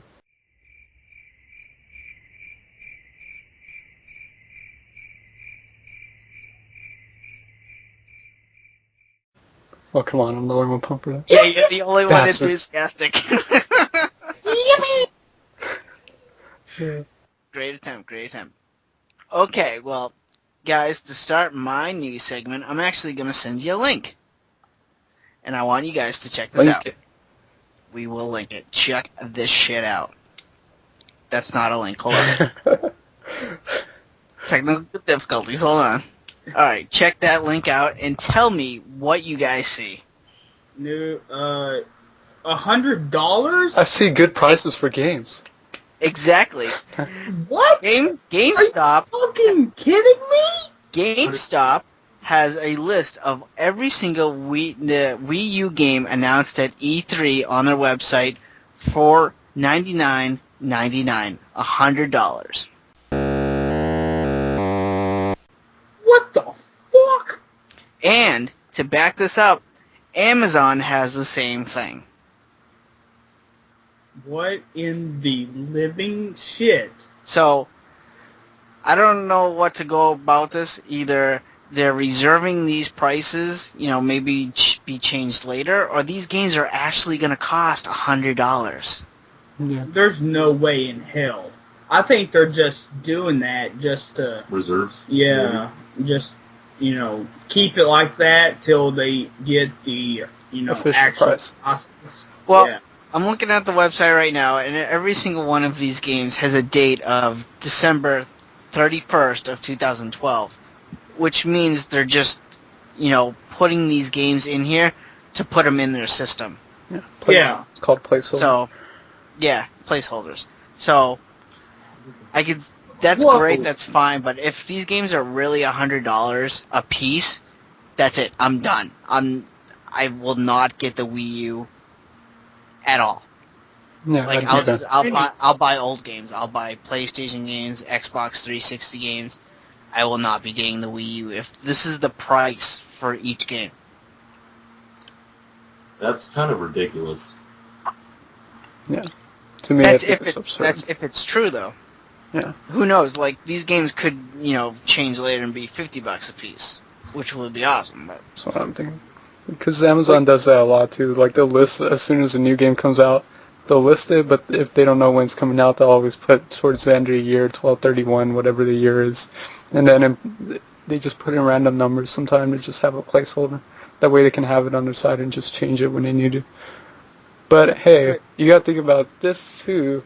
Is it really out of the possibility? Because back then we used to buy retro games. You used to buy those things new for around $80, $90 around there. They actually used to cost that much, brand new. So is it really that far out of the possibility? I don't think it's going to happen, but I'm just saying it, it kind of used to be like that. yeah, but how much would the Wii U system be? If these games are $100 a piece, It'd have how to be much is cheap. the Wii U? Like, it'd have to be super cheap in order to counteract those prices. I don't think so, man. I think looking at these prices, I would have to say the Wii U would be like $400. Well, no, I'm saying it's going to be cheap because if they want to make money off it, they would have to, from a marketing standpoint, they would have to price the system cheap in order to, kind of justify those $100 prices. Yeah, but they got so much crap in the Wii U. They got the Yeah, that's what I'm saying. screen It's and not possible, but from a marketing standpoint, that would be the most feasible thing, is to price it low to counteract those high prices. But I I'm don't saying, know. like, I know the technology, there's no way it's going to cost cheap, but I'm saying, like, just marketing terms, that makes sense. Yeah, but yeah, that is basically my news, is that Amazon and GameStop have Wii U games on their websites listed for $100 a piece, and I'm going to stick by my statement. If these prices are actually the real prices, I'm done. I'm not buying them. Yeah, it's too expensive. It's absurd. So, Yay. yeah, don't yay that. Yay. Can't wait. Yeah. Alright, what do you have for news, Dan? This just saying $150 games. No, I'm kidding. But Really? Shit, tell me more. I have a shit ton of news to get through, but some is E3 related, some is not. First one I have comes from Operation Rainfall's side, and that is Fire Emblem Awakening has been confirmed for the U.S. Now, I heard this. Yeah, the most devoted fans have been waiting to hear the news since it was first unveiled in Japan during the first ever Nintendo Direct. The past few months have been an absolute roller coaster as the wait for news got more intense each day, especially during E3. And to be honest, if Reggie hadn't goofed tonight, I guess we're talking about the conference, we'd still be waiting. But yeah, long story short, Fire Emblem Awakening is coming to North America, which makes sense because they pretty much localized mostly all the Fire Emblem games. Some of them haven't made it out, but they did Shadow Dragon on the DS, they did Radiant Dawn on the Wii, so it makes sense. I'm not the biggest Fire Emblem fan, but I'd still pick it up. I'd want it. And speaking of 3DS, another game has actually been confirmed, and that's from my favorite, publisher and developer. Atlas USA will publish Code of Princess in North America. Earlier today, we reported that North American publisher had picked up Nintendo 3DS brawler Code of Princess for release in the US. We can now confirm that the publisher is Atlas. Atlas will release Code of Princess sometime this fall. Developed by members of the team that produced Guardian Heroes for the Sega Saturn, Code of Princess is a brawler that features playable characters in the game's single-player mode, but also lets you play as enemies and even villagers in its multiplayer mode. So if you can imagine Guardian Heroes, that's what Code of Princess is, basically. It's like an RPG-style brawler. I can't wait. And I'm actually excited for this. I think it's supposed to have online multiplayer, like you play with your buddies through it. So bravo to Atlas. And speaking of a game that would be a dream to have at E3, E3 Last Guardian will be released, quote, when it's absolutely ready, end quote. Sometime before E3 2012 began, it was announced that Last Guardian would not appear during the expo this year. Sony has come out to reiterate this today. The senior vice president of product development, Scott Rode, explained that Team Ico is just too hard at work to have this game make an appearance. Further, he went on, and I quote, "I will not give you a detailed update, but I'll say one thing. It goes back in my mind to innovation and to gamers and to quality. The title is going to ship when it's absolutely ready," end quote. He made it clear that there is no deadline to meet for Last Guardian. Then he continued, quote, "And I think that's really important thing to remember, that it would be very easy to ship a game when it's not quite ready, because we need to meet a business plan. Gamers are first, and the experience that we provide is first. and that's why we're going to talk about the game when we're ready to talk about it. So basically, it's going to come when it's going to come. There's not a whole lot on Last Guardian. Oh my god. I don't know, man, if that game's ever going to come out. It's looking gorgeous, but that thing's something else. Cross your fingers. Yeah, I mean, it's just like an open statement, like, wow. But yeah, the next news story, obviously, I'm super excited about since it's one of my favorite RPG series. Through all this E3 hype, they had a Tales of event where they were going to announce a new Tales of game. And the new Tales of game is going to be, wait for it, Tales of Iliad 2. For the first time since Destiny, we got a full-on sequel to a Tales of game. It's heading to the PlayStation 3 this winter. If you don't know Tales of Iliad, it's a game that still people are clamoring to get it localized for the PS3, but it's a new Tales of Iliad game. It looks a little more darker in tone. Even though it's a sequel, like even the Destiny sequel, it's not a direct follow-up. It features new characters and all that, so from what I've seen, it looks impressive, but then again, this has me worried because, are they really ever going to localize Iliad? Because if they localize Iliad now, the fans are going to want Iliad too, so Bandai Namco would be kind of trapped into having to localize two really long RPGs, so I think that's kind of why they localized Grace's F on the PS3, just to hold fans over, because a lot of Sony fanboys were bitching about how Vesperia was exclusive to 360, they wanted a game, and they gave them Grace's F, but I don't know, I really desperately want Iliad, and worst comes to worst, I import it and play it for the PS3 since it's not region free, or since it is region free, so I'm really pumped for that. And here's something that actually is E3 related that was shown off, and it's caught a lot of people off guard too, and it's really interesting. It's called Angie's Philosophy, Square Enix Next Gen Final Fantasy Tech Demo. Today is the day of Square Enix trademarks, or rather the day we find out that there will be hot on heels with Demon Scores, a new engine basically. Like, to sum it up, Square Enix showed, and you can probably Google it and find a video, it's called Angie's Philosophy, or Agni's Philosophy, it's spelled A-G-N-I, and then Philosophy.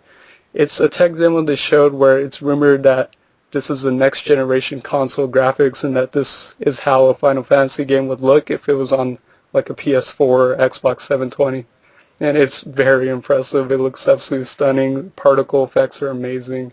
Definitely look it up. I think they're calling it the Luminous engine. Yeah, it is, because it's developed by Luminous Studios, so it's the Luminous engine. It's Square Enix new engine.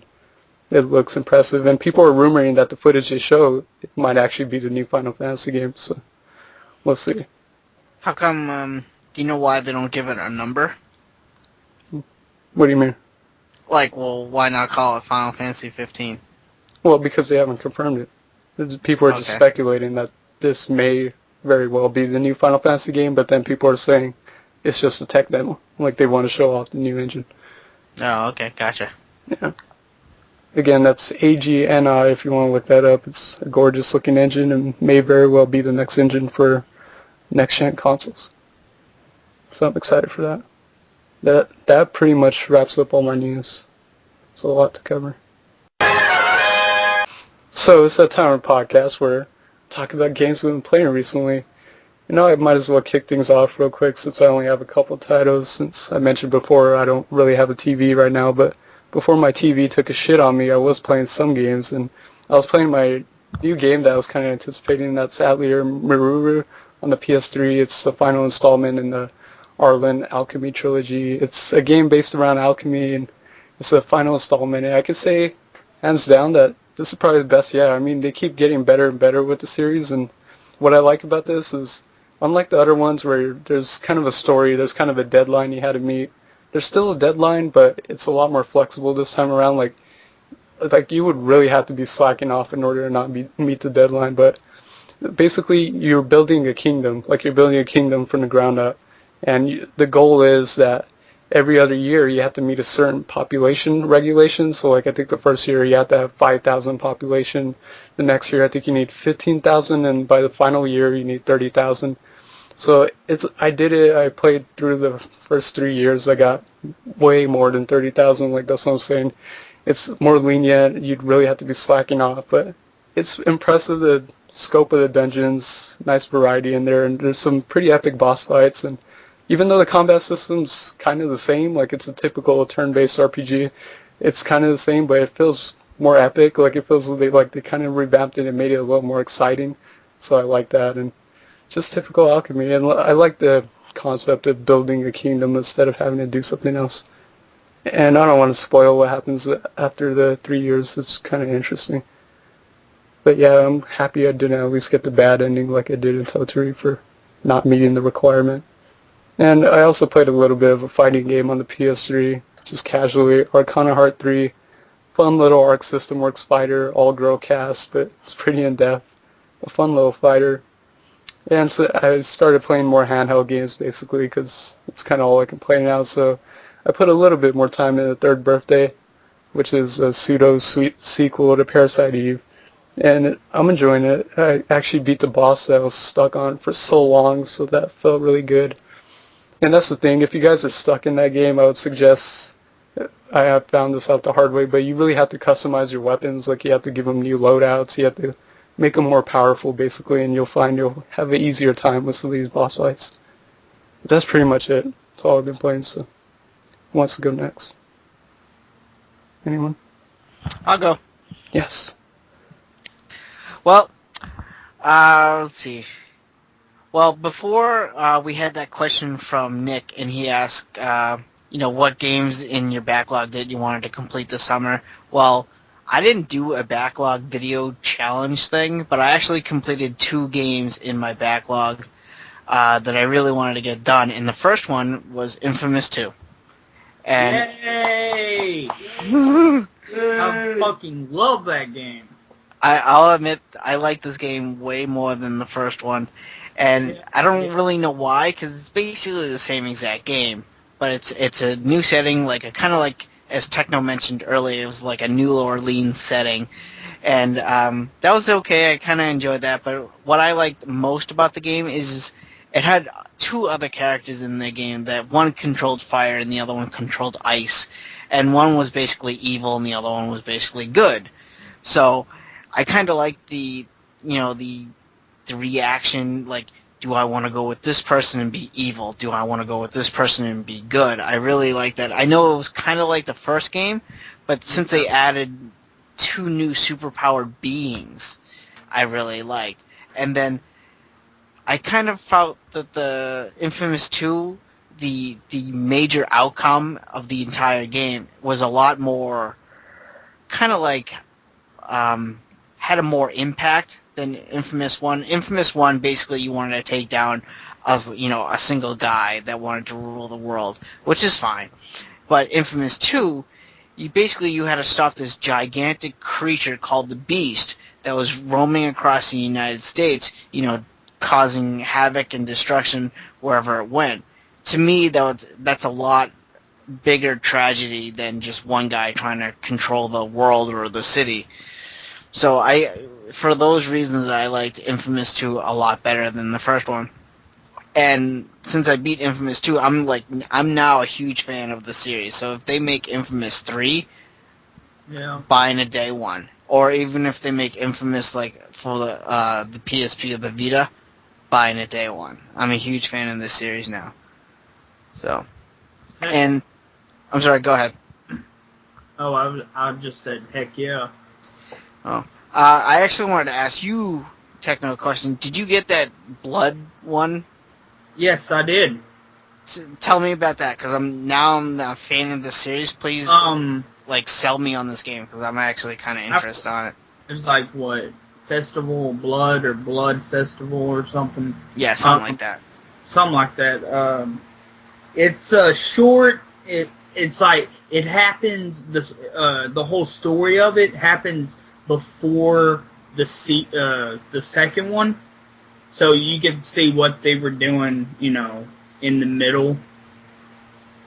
Yeah. And it has to do with, like, a vampire, and he gets bitten, so he has vampire-type powers. And, yeah. And it's pretty short, though. Well, do you recommend me getting it? Yeah, I mean, I don't know how much it is. I don't remember. It's probably like $10-15. Okay. Well, I'm thinking about getting it because, like I said, I want to get Infamous even more. So. Yeah. But the second game that I completed that's in my backlog was The Darkness 2. Ooh. And if you guys have not played the first Darkness, basically you play as this kind of like mob boss leader named Jackie. And it's a first-person shooter, so you got tons and tons of guns. You can dual-wield guns. You know, you got assault rifles, you got shotguns, you got pistols, you got every single goddamn gun you could probably imagine, except for like bazookas and rocket launchers. But the whole niche of this game is Jackie controls this evil alien demonic force called the Darkness, and basically you have like these kind of like alien creatures coming out of your body with like different tentacles, and they can grab people, rip out their hearts, rip out their heads, you know, eat their heart, and you actually gain health back by eating your victims' hearts. And it's very gruesome, very bloody, and the first, it really is badass. Don't you, like, rip a guy in half from his ass? I don't think I actually did that in my game, but it wouldn't surprise me if it was in there. Because there's a lot of times where I just simply grabbed guys and just ripped them to shreds and blood sprayed everywhere. Is it like Blood Omen? I never played Blood Omen, so I can't answer that. No. Fucking... But It's first person. Oh.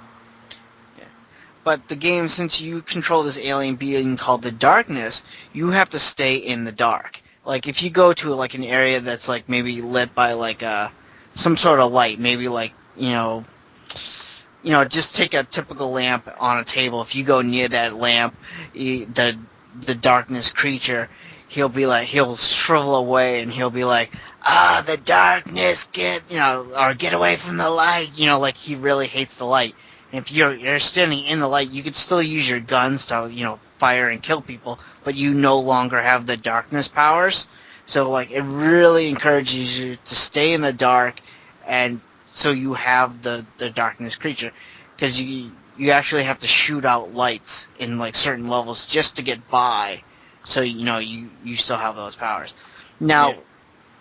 Darkness 2, it was good, but I prefer the first one a lot better, because the second one, I beat it in 5 hours. It was really, really short. So, but it's still a good game. I still like the whole series as a whole, but just Darkness 2 was just really, really short. So, I recommend the series though. So, but start with the first one and then go into the second one. So, other game, again, I'm going into the third game in my backlog. I'm playing Pokemon Ranger. A few weeks ago, you know, I was playing the third game in the series, and I really liked that, so now I'm going back and I want to play other Pokemon Ranger games. This one's okay. It's, you know, it's the first game in the series. You can definitely tell it's kind of dated. You know, it's kind of moving at a very fast pace. I'm about 5 hours in, and I would have to say I'm about 45% complete with the game. So, it's good. It's your typical Pokemon Ranger game where you use the stylus to capture Pokemon. Just like I said weeks ago when I was playing the third one in the series. So, I don't really recommend this one based on what I played so far. I recommend playing the third one in the series. It's a lot better. But the last game I've been playing, and haven't been playing all that much of it, is Mario Tennis. And I played a little bit online. Mario Tennis is awesome. I have to disagree. But I was playing online with Holly, Dog of My Lens, and Sinister Moon, and a personal friend of mine, and we were doing doubles online, and it was almost unplayable. Like, the lag was so goddamn bad that the ball was moving, like, 2 frames a second. It was so bad, so slow, so sluggish. It was really awful. And then it came to a certain point where, like, Holly and Mike left, and it was basically just me and my friend playing, and we were playing still doubles, but it was just me and him. It was a lot more smooth, a lot more, you know, how it's supposed to be. But after about 10 minutes or so, even just me and him started experiencing lag on it. So I don't know what it is, if it was just our internet connections or that's how the Nintendo servers were. It's just, there was a lot of lag online for Mario Tennis and just kind of made the game unfun. The Nintendo servers are always kind of laggy because we tried playing Smash Bros. Online and it was like the laggiest thing ever. Yeah, but Mario Kart had no lag, and Kid Icarus has no lag. So, I don't know. I'm just telling you how my personal experience is with the game. I still love the game. I prefer the mini games over the actual tournaments in the game. But, I don't know. If I had to kind of give a recommendation for Mario Tennis, I would say wait till you get it for maybe $15. I don't really, I think Mario Kart and Kid Icarus are so much better than Mario Tennis, which is kind of painful to say, but that's it. That's all the games I've been playing. So, Yeah. what about you, Techno? What have you been playing? Well, I went through Resident Evil 4. Well, almost got through it all. Again.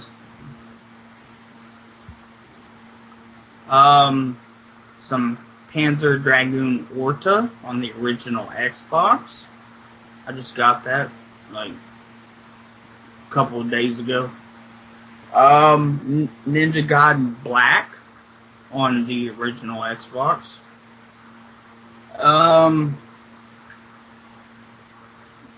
And you guys were talking about the PSN Plus thing with full games or whatever. They are selling Virtual Fighter 5 Final Showdown that just came out, and PSN Plus users get it for free. And they have Ratchet and Clank All for One for free, which I also downloaded, and I can't install it, or I only got to install Virtual Fighter 5, which is a great fighter. You cannot, if you try to spam, they're going to place their foot upside your fucking head. It's a very technical fighter, isn't it? Yeah. It's very hard to master. But, yeah, my PS3 is, full hard drive, so I gotta get me another hard drive. So I can... They have, that Space Marine game for free. I forget what it's called. Warhammer, whatever. Yeah, what else?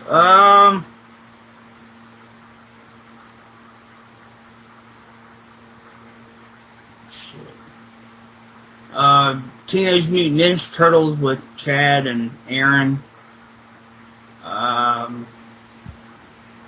Fusion Frenzy. Gauntlet 64. Gauntlet Legends. Yeah, Gauntlet Legends on the Dreamcast. And I think that's it for me. Awesome. What about you, Chad? I actually busted out a puzzle game today for Super Nintendo, Bust-A-Move. Oh, Played God, Bust a Move. That's a great game. Yeah. Played Bust-A-Move, Ninja Turtles, played Dota, and Gauntlet. That's pretty much all I played this week. No. So yeah, that's it. Awesome. Awesome. Don't make fun of my awesome. I wasn't making fun of your awesome. You were making fun of my awesome. Now Dan's Awesome. making fun of my awesome. But I have a shout out, you guys, that I want to give. Oh my God. Shout it out. I will shout it out. Scream from the top And- lungs. Maybe not that loud, but yeah, I want to give a shout out to the games the James Station, and that's James with an S at the end and then station. It's all one word. And this is like a personal friend of mine who just started a YouTube channel. He only has about 3 videos up right now. And the most recent video is kind of like a Let's Play. He did a Let's Play on Charles Barkley's Shut Up and Jam. No. And basically, he hasn't done much, like I just said. He just started a new channel, but I'm just giving him a shout out because he's a personal friend. Go check him out. You may or may not like him, but check him out. Give him some love. So, and he's kind of funny. Give them some love. Gotta support the new guys. Yep. So check him out, or Techno will break your goddamn kneecaps with some sort of, I don't know, Damn frog here. With what frog? I don't know, this bobblehead. Want to wrap it up? Yes. Let's wrap that sucker up. Tight like a toya. Tight like a toya. Alright, well, Chad, thank you for being on, man. Yeah. Thanks a lot. And that's pretty much episode 40 too, so once again guys, thank you for listening. And I love you guys. We're almost there. Almost where? Wait. 50. 9 more, that's 10 more. 10 more, man. No, dude. We already got done with 40. This is 40. Yeah, but you still 41, 42, 43, 44, 45, 46, 47, 48, 49, 50, that's 10. Yeah. Techno failed math. He failed math. So anyways, thank you for listening. Love Math you is guys. hard. Everyone say bye. I can catch a potato. Screw you, Dan. Come on. Wrap this Bye. shit up. Later, bye. Bye. Love you guys. We had no explosions this episode. Wait. Look, Explosions everywhere. everywhere, That's bitch. the episode.